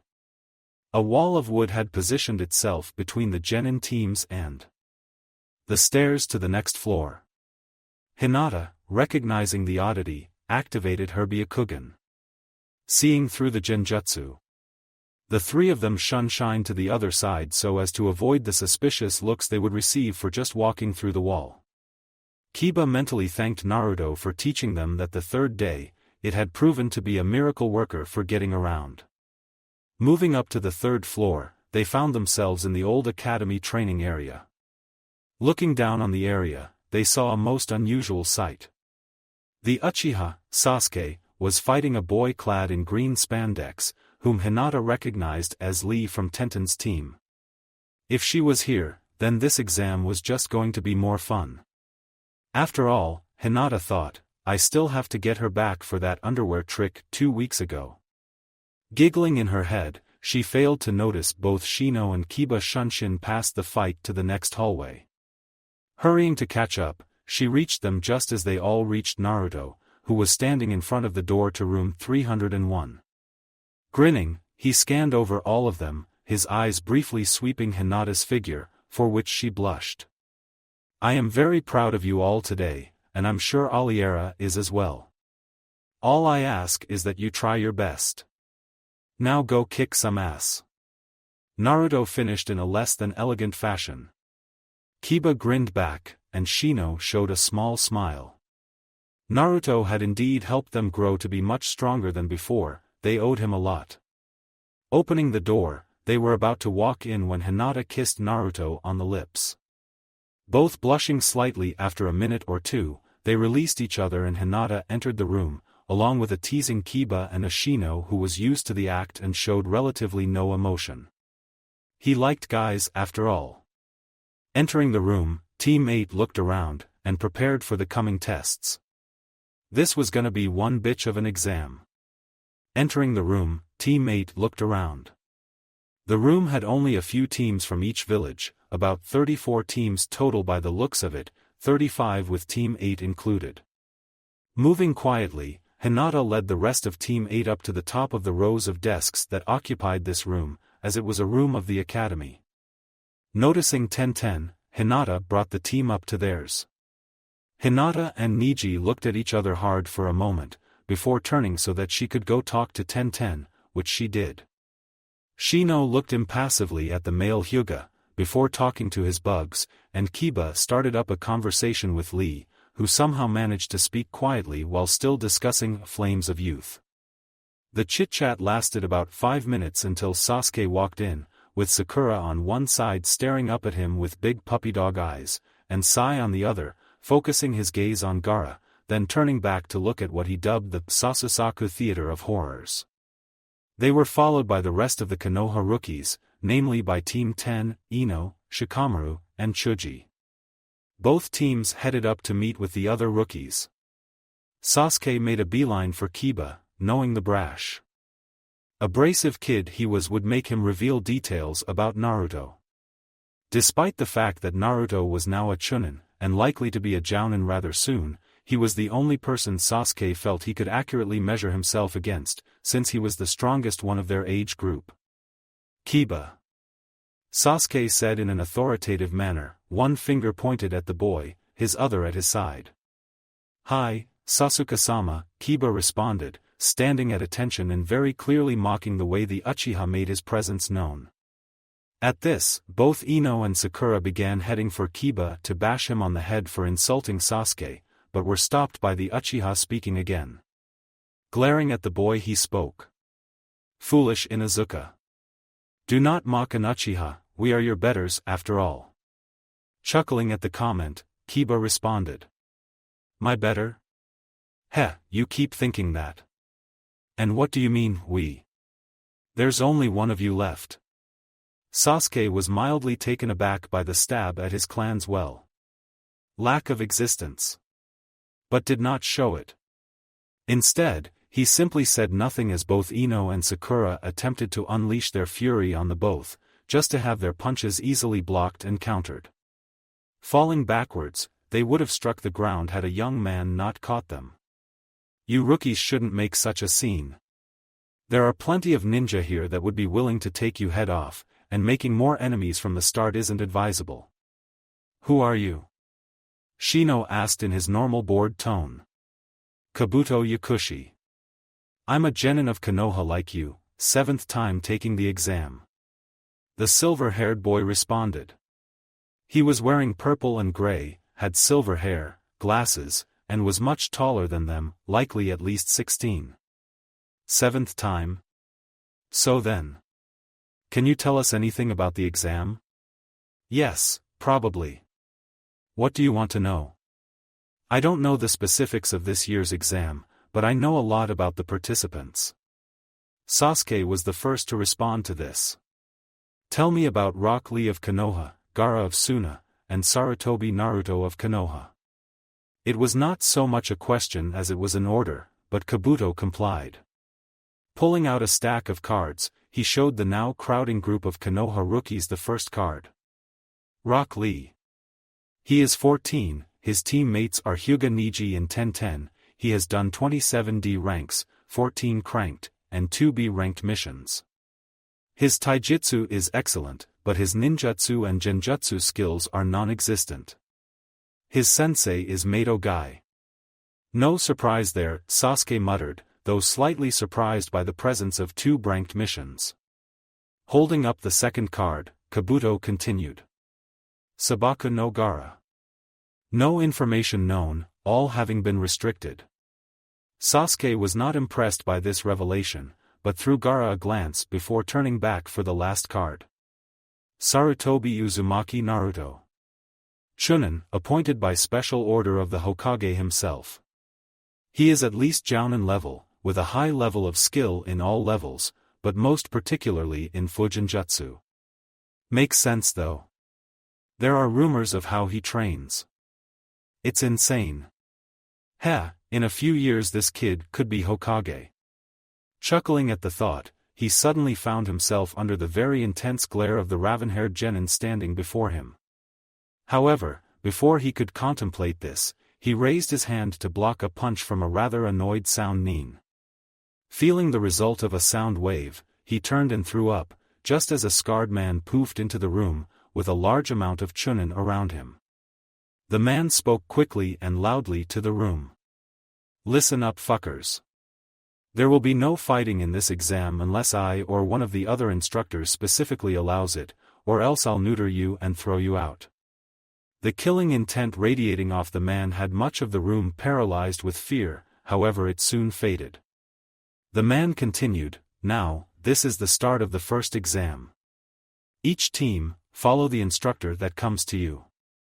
As he said this, each of the chunins that had come with the scary, scarred man went to collect a team each. The 37 chunins and their respectively assigned teams all were led to different rooms in the academy. The man leading Team 8 had on a sadistic grin, but none of them decided to comment on it. He had brown hair, stood about 5 feet 6 inches, and carried a katana. He also wore some sort of heavy armor, but despite its weight moved with grace. Leading Team 8 into a room, he ordered them to sit down in the middle of the room, and turned off the lights. Moments later, bright lights shined into the room, and the 3 genin were bound to the floor by a seal they had only seen once before. It was one made by Naruto, a seal which bound the target to the ground by their own chakra. There was no way to break it without it being forcefully released by an outside chakra source, the only source strong enough being the one in front of them, in the form of a very, very scary-looking man. A different man now stood before them, wearing no headband, and a different sort of armor. It was black as night, with strange red carvings on the sides running down to the greaves. Pulling out a dagger he lowered it so that it was just beneath Kiba's throat. A malicious smile on the man's face appeared, as he licked his lips and asked, "What's your deepest, darkest secret?" Elsewhere, at the Hokage Tower, Naruto, a tired Aliera, Kakashi, Asuma, and a few other Jounin senseis, as well as the Hokage, watched the first exam through the Hokage's magical glass ball thing. Seeing the seals Naruto had designed, they looked at him curiously, to which Naruto responded, "It binds a target down by their own chakra at all points. Perfect for interrogation, well, for that's what Ibiki wants it for anyway." "How long do you think they'll last?" asked Kakashi, looking slightly interested at the display. "They will not break my Lee's flames of youth. I bet 500 Ryu on my team passing." Guy shouted. Aliera looked to Naruto, then laid her money on the table. 1,000 Ryu on my team passing, Aliera said softly. They briefly glanced at her, then Naruto. 500 Ryu on my team passing, Kakashi stated, impassively. Asuma looked at them, then said 2,000 Ryu on Team 8 passing. The rest of them stared at him, particularly Naruto. No one would be that much without having seen something.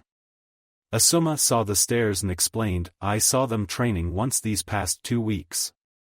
I mean sure, my group is great, but they went above and beyond." The Hokage merely sighed at his son's betting habits, then turned back. "It's starting."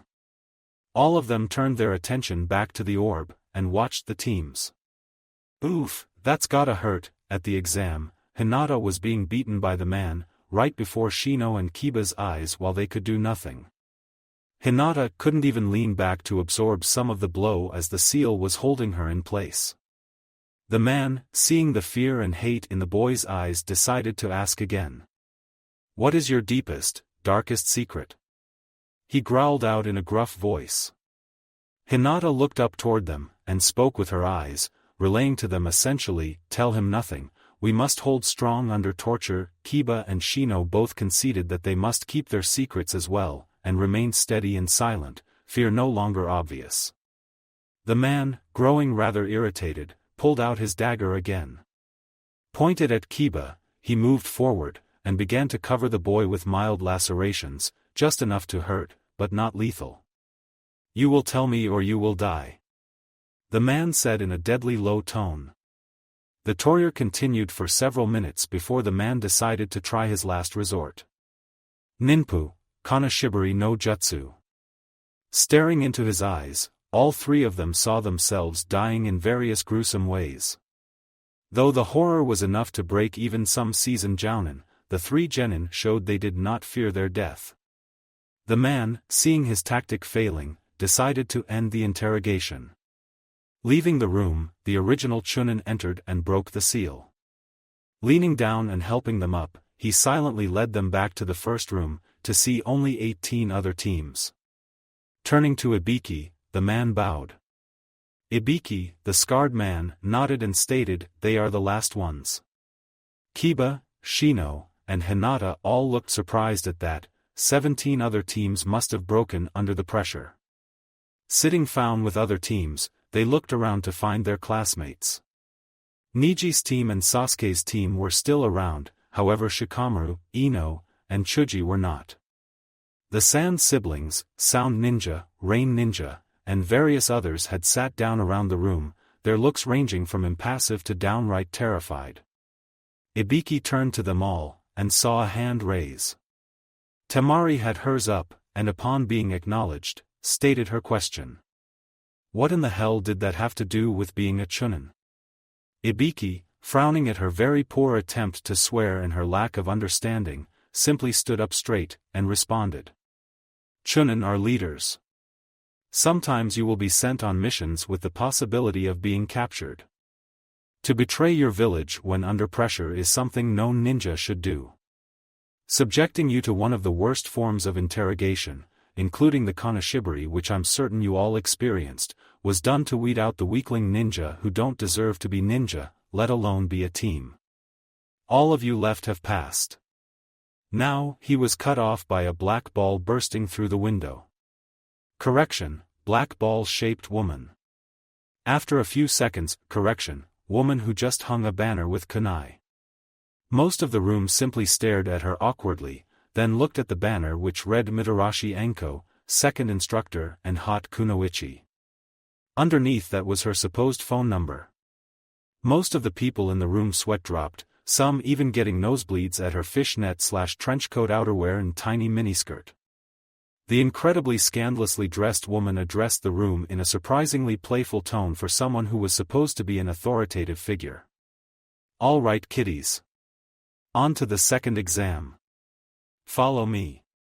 The damaged genin followed her back out the window and off to the location of the second exam. A gigantic enclosed area that had danger signs all over it. All the jounin and a chunin were standing before the gates, watching over their teams. Welcome to Training Area 44, the Forest of Death, Anko said, with a malicious grin. Naruto nearly chuckled, having snuck into the forest on a few occasions for practice. However, the chuckle did not go unnoticed, and soon a kunai was flying for his cheek, meant to just barely graze it. Not wanting to show off too much skill, Naruto ducked lightly out of the way as opposed to catching the kunai. Suddenly, Anko was behind him, making a stab for him. Deciding his life was more important than not showing off, he reacted. Moving forward quickly, he grabbed her wrist, twisted the kunai out of her hand, pushed it into the tree behind himself, and backed off, away from the crazy woman. Anko, surprised and disappointed that she wouldn't be getting his blood so easily, decided to try again later. Walking sexily past him, she swayed her hips slightly, and whispered as she passed him, "I'll get you later, blondie." Getting up to the front once again, Anko addressed the crowd of genin. Throwing on her crazy smirk, she began her speech. This is the second exam. Each team will be given identical scrolls, don't read them. For this exam, you must collect 3 or more scrolls and make it to the center of the forest within 5 days. You are allowed to kill, though it is not advised as you may damage the scroll. Now, all of you must sign these waiver scrolls, then you will be led to your gate by your sensei. Oh, and by the way, this forest is littered with danger, so try not to waste your scroll by dying to critters. The process was slow, but an hour later, all the teams were at their respective gates. Hearing the whistle, the gates opened and allowed entrance. Team 8, unsure of how to go about getting other people's scrolls, moved quickly, far into the forest. After making it about a mile in, they heard a clicking noise. Diving out of the way, they moved just in time to see a pedestal rise out of the ground, with writing on it.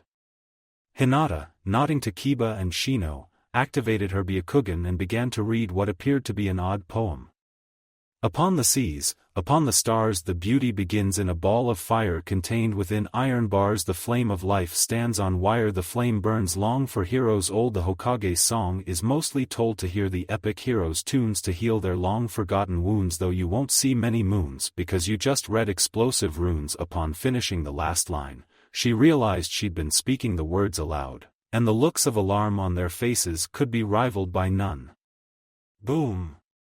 The entire area around the pedestal exploded, enveloping Shino, Kiba, and Hinata in a massive fireball. Just as foretold. The explosion cleared the area, reducing the ground to mere sand, while they shielded themselves with their bodies to get only third-degree burns on their arms, legs, and chests. Leaning against a tree back a half-mile from the explosion, about where they landed, they camped beneath a tree. Hinata, using her mild medical knowledge, used her chakra to heal all of them down to first and second-degree burns, but the effect of the explosion still took a toll on them. Setting up a few traps, they rested under the tree, all falling asleep, no one in good enough condition to take watch. With Team 7 made their way quickly into the forest. They encountered no traps, nor did they find any critters or teams. After a few hours of travel, the tower only a few more hours away, they began to get suspicious. If only I had my Sharingan, Sasuke thought desperately. Arriving in a clearing, they stopped and decided to camp there for the night. Setting up several traps, hoping to catch a team, Sasuke took first watch, leaving Sai and Sakura to rest. An hour later, Sasuke heard a trap go off, and was about to wake up his team, when a kunai flew at him. Catching it, he looked to where the attack could have come from, and saw only a grass nin. Only one? You think you're enough to match an Uchiha? Sasuke said arrogantly, an Uchiha without a Sharingan? Yeah, I think I'll manage. The grass nin responded. Sasuke, angry at the comment, knew he should have had his Sharingan already, but he hadn't had a challenge great enough for him to need to develop it. Deciding the nin should die for insulting the Uchiha in such a way, Sasuke charged. Moving in close, he was about to strike when the grass shinobi disappeared. Feeling a tap on his shoulder, he turned around to see N01. He's so damn fast. If only I could follow his movements. This little dance continued for several minutes, as the grass nin began to shove kunai into Sasuke. It only stopped when the raven-haired boy was covered with about 20 kunai, all sticking into various places only. Centimeters from vital spots. If he wanted to kill me, he could have done so already. Ku, Sasuke. I thought a great Uchiha would be more of a challenge. Katan, Gakakyu no Jutsu. A fireball appeared, roaring toward the grass nin, only to be blocked by a shield of chakra. Part of the attack pierced through, near the head where the shield was weaker, and showed the grass nin's face melting. Removing his face, Sasuke saw the man now had the face of an older man, with purple long triangles under his eyes. I see the great Uchiha has some life left after all, I should fix that. Ninpu, mind tentacles no jutsu, Sasuke, too tired from his last attack to act quickly, was caught by large black tentacles emanating from the disturbing grass nin's head. Soon Sasuke felt himself pass out, all turning to black. He was now in a hallway, only one door in front of him, a wooden door painted black, with blood spattered on it randomly, as if from several directions. Seeing no other choice, he opened the door to see Itachi. Itachi! I'll kill you! Charging, he lunged at the image, only to pass straight through. He watched the sword come down, and saw it destroy the head of an Uchiha. His father. Looking past, he saw Itachi aim for his mother. Don't. No. But his screams were to no avail, as the sword plunged through her as well. Soon he saw a shivering boy in the room, himself but much younger. Sasuke, Itachi said. I want you to live, to hate me. The true path to power is through hate. He said more, but that was all Sasuke could hear. Waking up, he felt a stinging sensation on his neck, then saw the grass nin retract from him, closing his mouth and concealing his fangs. Sasuke, surprised, tried to get up and attack the man, but found the stinging sensation on his neck to be too much to deal with. He blacked out again. The grass nin left, and Sasuke was soon dragged inside by a very confused and very afraid Sakura. It was going to be a long night. With Team 8, Hinata, Kiba, and Shino all woke up, and Hinata used about half of her remaining chakra to remove the burns almost completely. She only knew one medical jutsu, which she'd learned from Naruto, but because of her large reserves, due to the gravity seal training, she was able to repeat the jutsu over and over again until the wounds were gone. Taking a soldier pill, she felt better, and they continued on their way. When they reached the area where the pedestal was, they stopped, only to see another group of ninja, some sound nins, collapsed near it. Seems they didn't read it from afar. Moving up to them, Hinata found no pulse on any of them, and determined they must be dead. Kiba, searching their bodies, took some kunai and shuriken. Some ryu, which Hinata scolded him for taking, and their scroll, then left their bodies for dead. They didn't have the time to be burying people. Moving on, Shino said he had contact with a member of his family of bugs that had been placed on another team. Moving silently, they came upon a campsite of rain nins, all with umbrellas on their backs. 2 of them were sleeping, and another was taking watch. Formulating a plan, they confirmed with each other, then attacked. Shino let his bugs slip along the ground, approaching the awake enemy nin from all around, stealthily. The bugs, upon reaching their target, all suddenly flew back to Shino, who yelled to the others, their clones. As if on cue, the 3 rain nins disappeared, and a storm of needles descended upon Team 8. Dodging out of the way, they landed in the center of the clearing, intending to draw the nins out to battle. Kiba, feeling the need to make sure they took the bait, called out, "What, hiding in the trees like pussies, you're way too weak to ever beat a Konoha ninja." The 3 rain nins appeared on the branches before them. The one in the middle spoke in an equally arrogant tone, "Heh, trash like you shouldn't be talking. You stand no chance against us, so we'll cut you a deal. Give us a scrolls, and we'll let you leave alive." The killing intent dripped off the man's voice, enough to make Team 8 a little nervous, but they did not show it. They'd been exposed to worse. Aliera was an angry woman sometimes. Kiba, taking it as a threat, shouted, "Yeah right. I doubt you can even scratch me." Doton, Earth Wolf no Jutsu. A wolf made entirely of dirt and minerals rose out of the ground before Kiba, and charged the rain nin at speeds pretty hard to follow as just genin. However, the rain nins were not just any genin. Ninpu, Thousand Needles no Jutsu, throwing his umbrella into the air, it rained needles down upon the wolf, destroying it instantly. Nodding to his comrades, the ninja decided to end the battle quickly. "Watch closely, it'll be the last things you ever see." All 3 of the rain nins shouted, "Ninpu, blackened sky no Jutsu." The sky literally became dark, each needles blocking about the light as a gigantic wave of them flew towards Team 8. Hinata pulled them both towards her, then shouted out a move she'd only ever experimented with for her clan and with Naruto. Haksha Kaiten. The orb of chakra flew around the 3 of them, and kept up for a good 3 seconds, until the attack stopped. Spinning slowly to a stop, Hinata was tired. Stretching that around 2 other people was a massive drain on her chakra. Smiling, she though to herself bet Niji couldn't do that. The rain ninjas were looking on with disbelief, before finally regaining themselves. The two on the sides nodded, and they did the only thing they could do. They ran away very, very quickly. Team 8 was about to follow, when some cloud shinobi appeared. The Kyuubi landed in the clearing, all of them focusing on Hinata. What do you think we'd get if we could bring a dead Hyuga back? I'd say a few million ryu. Let's do this, shall we? I hope you're more of a challenge than the last team, one of them taunted. Kiba was growing eager.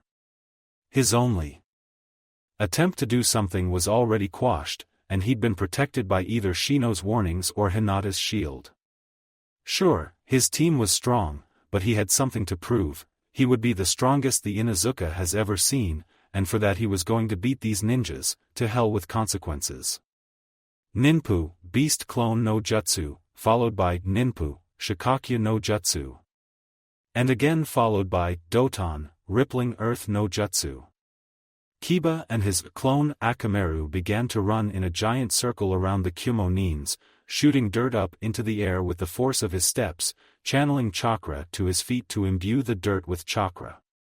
Meanwhile, Shino trapped two of the nins with his bugs, while Hinata charged the confused Kyuubi in the middle, disabling his legs and retreating, with a kunai in her shoulder.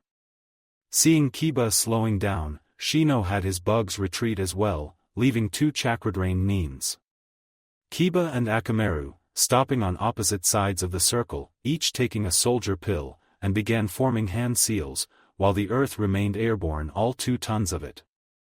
Doton, engulfing Beast no Jutsu. The 2 tons of earth formed itself into the skull of a giant dog with very, very sharp teeth, then dropped on the Kyuubi, skewering them and burying them with 2 tons of dirt, however not before a flash of gray went in and retrieved their packs, returning to rest beside Hinata. The impact of the dirt on the earth literally created a small earthquake, and the force caused their ears to pop. Shino opened their packs and found 2 scrolls, now giving them a total of 3.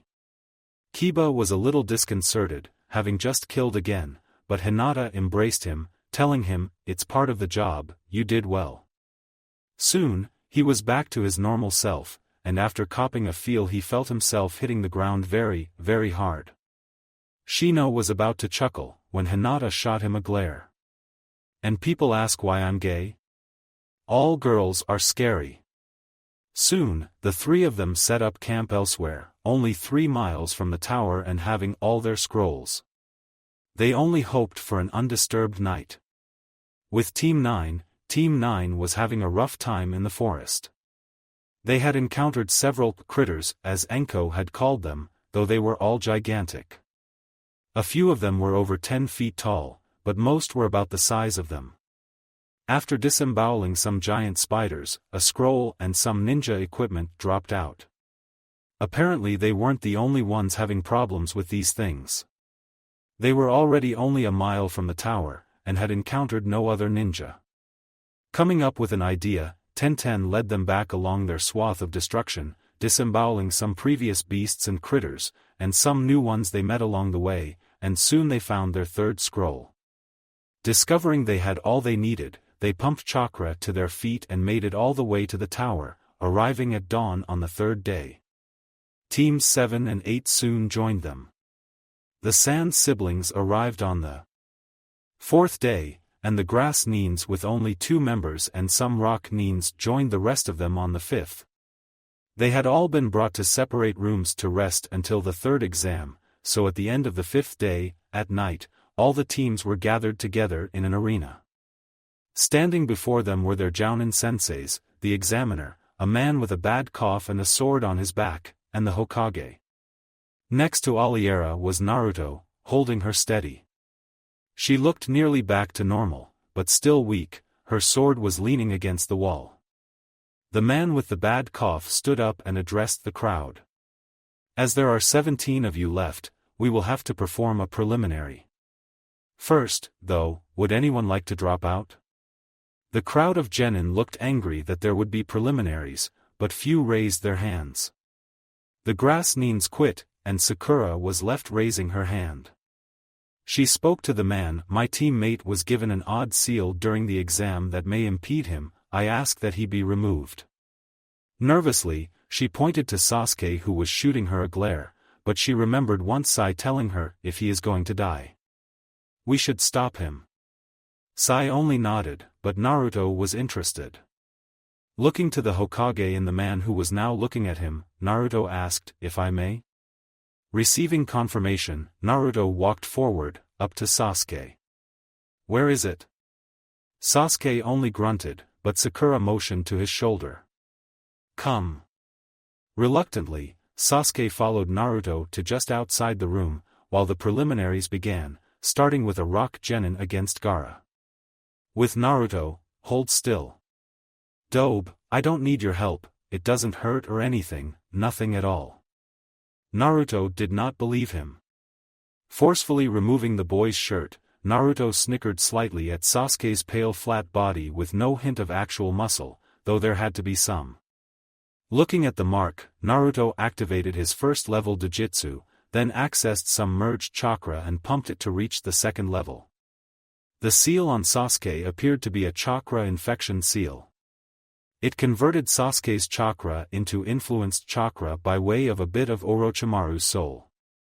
The conversion process suggests it has influence, and that Orochimaru could either communicate with or kill Sasuke through it if nearby. The seal also appeared to mess with the raven-haired boy's control as it caused his chakra to move in surges, rather than a normal flow. I can't remove it, so I'm going to seal it. This will hurt, but you'll be fine. I'm going to bind you so that you won't move. Without asking for permission, Naruto projected the binding seal onto the ground around Sasuke, forcing him into a cross-legged position.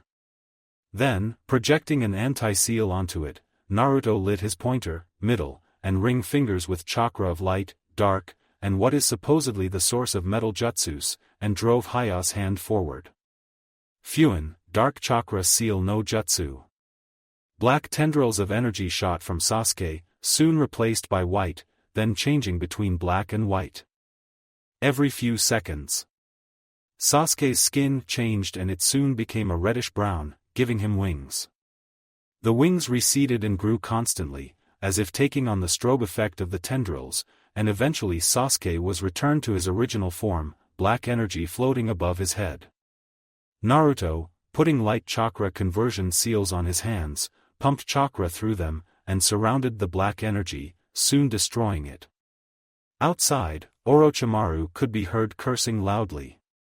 Bringing Sasuke to the medical ward, he found that the whole process had taken about an hour, much longer than he'd thought, and returned to the arena leaving Sasuke under the watch of 2 jounin.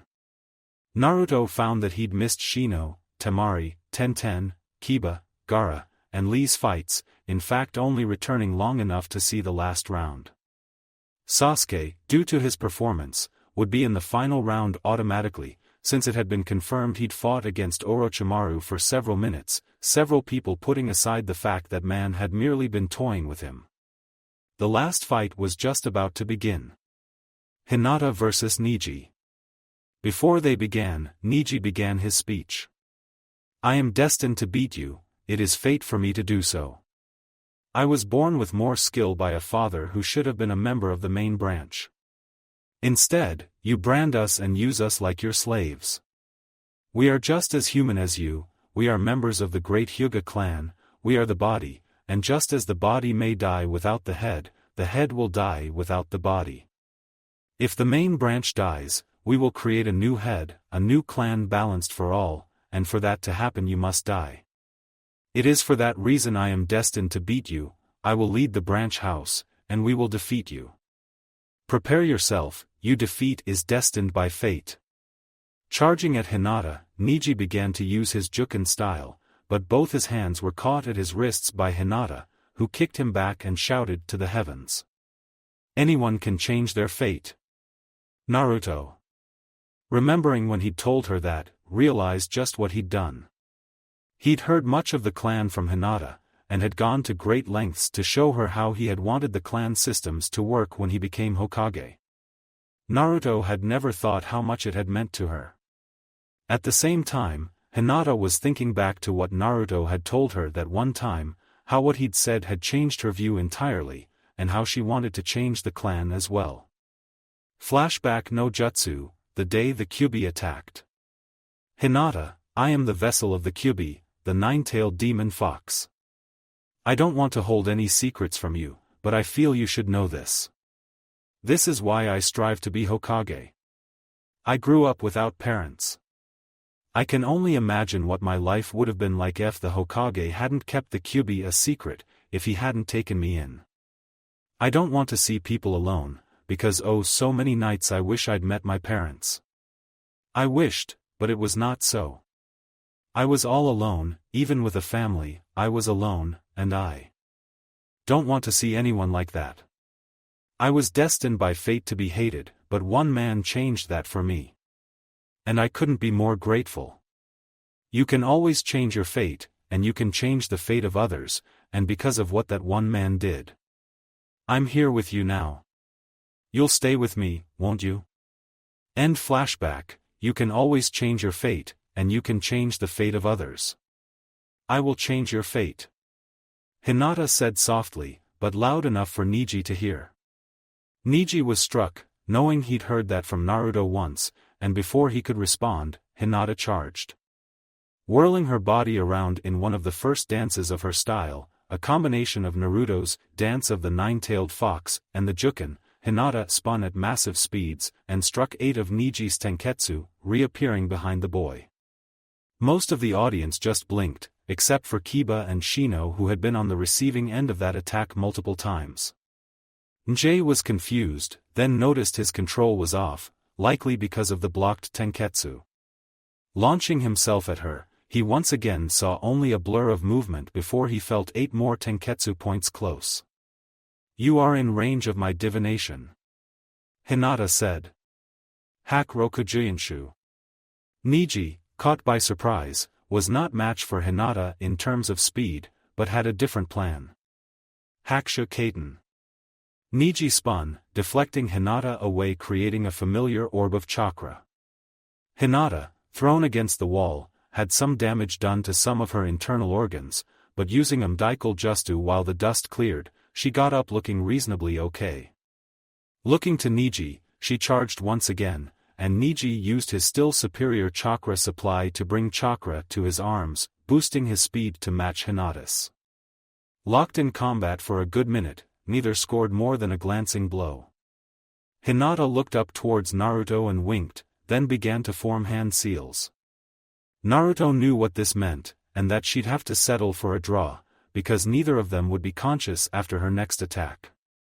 Ninpu, Haksha Kamikaze Kaiten. Hinata charged forward, spinning rapidly and forming a Kaiten to be used offensively, rather than contained and protecting those within. It lashed out at those within and around. With a boost of chakra, Hinata charged Neji, becoming a whirlwind similar to Kiba's Tsuga, and crashed into Neji. Both of them were blown back from the explosion, Neji having used Kaiten again to lessen the impact. Each crashing to a wall, the proctor, Hay-8, checked them both and declared the match a draw, seeing as both were unconscious. On this note, the Hokage ended the preliminaries, and went on to explain the importance of the Chunin exams, seeing as how they were just a means to replace war, and that the third exam would take place in a month. The proctor showed them the pairings before leaving the room so as to dodge questions. Match 1, Temari vs Tenten. Match 2, Shino vs Sabaki, Rock Nin. Match 3, Sasuke vs Gaara. Match 4, Tasagama vs. Winner of Match 3 Kiba, Lee, Sakura, Neji, and Hinata, as well as 2 of the Rock Nins and a sound sibling would not be participating. Aliera, motioning to her team, excluding Hinata, and to Naruto, brought them all up to her as she spoke. Tomorrow I will be working with all of you as normal. However, Shino, you will be working with Naruto, when he is around. He will have missions of course, but when he's around he'll be working with you, as I think some one-on-one training will be most beneficial. Now, I'll see you tomorrow, Training Ground 9, at 8 o'clock. Go home and get some rest. Complying, all of them went home except for Naruto, who stayed by Hinata's bedside in the hospital that night. All he could think of was how proud he was of her, and how lucky he was to have her. Kissing her forehead goodnight, he stretched out on the other bed in the room and fell asleep. The next month was gonna be harsh. Thank you for watching. I hope you enjoyed it. Make sure to like and subscribe, and don't forget to share this video with your friends. Guys, make sure to help the author by visiting the link in the description. This is Fox Sage, and I'm signing off.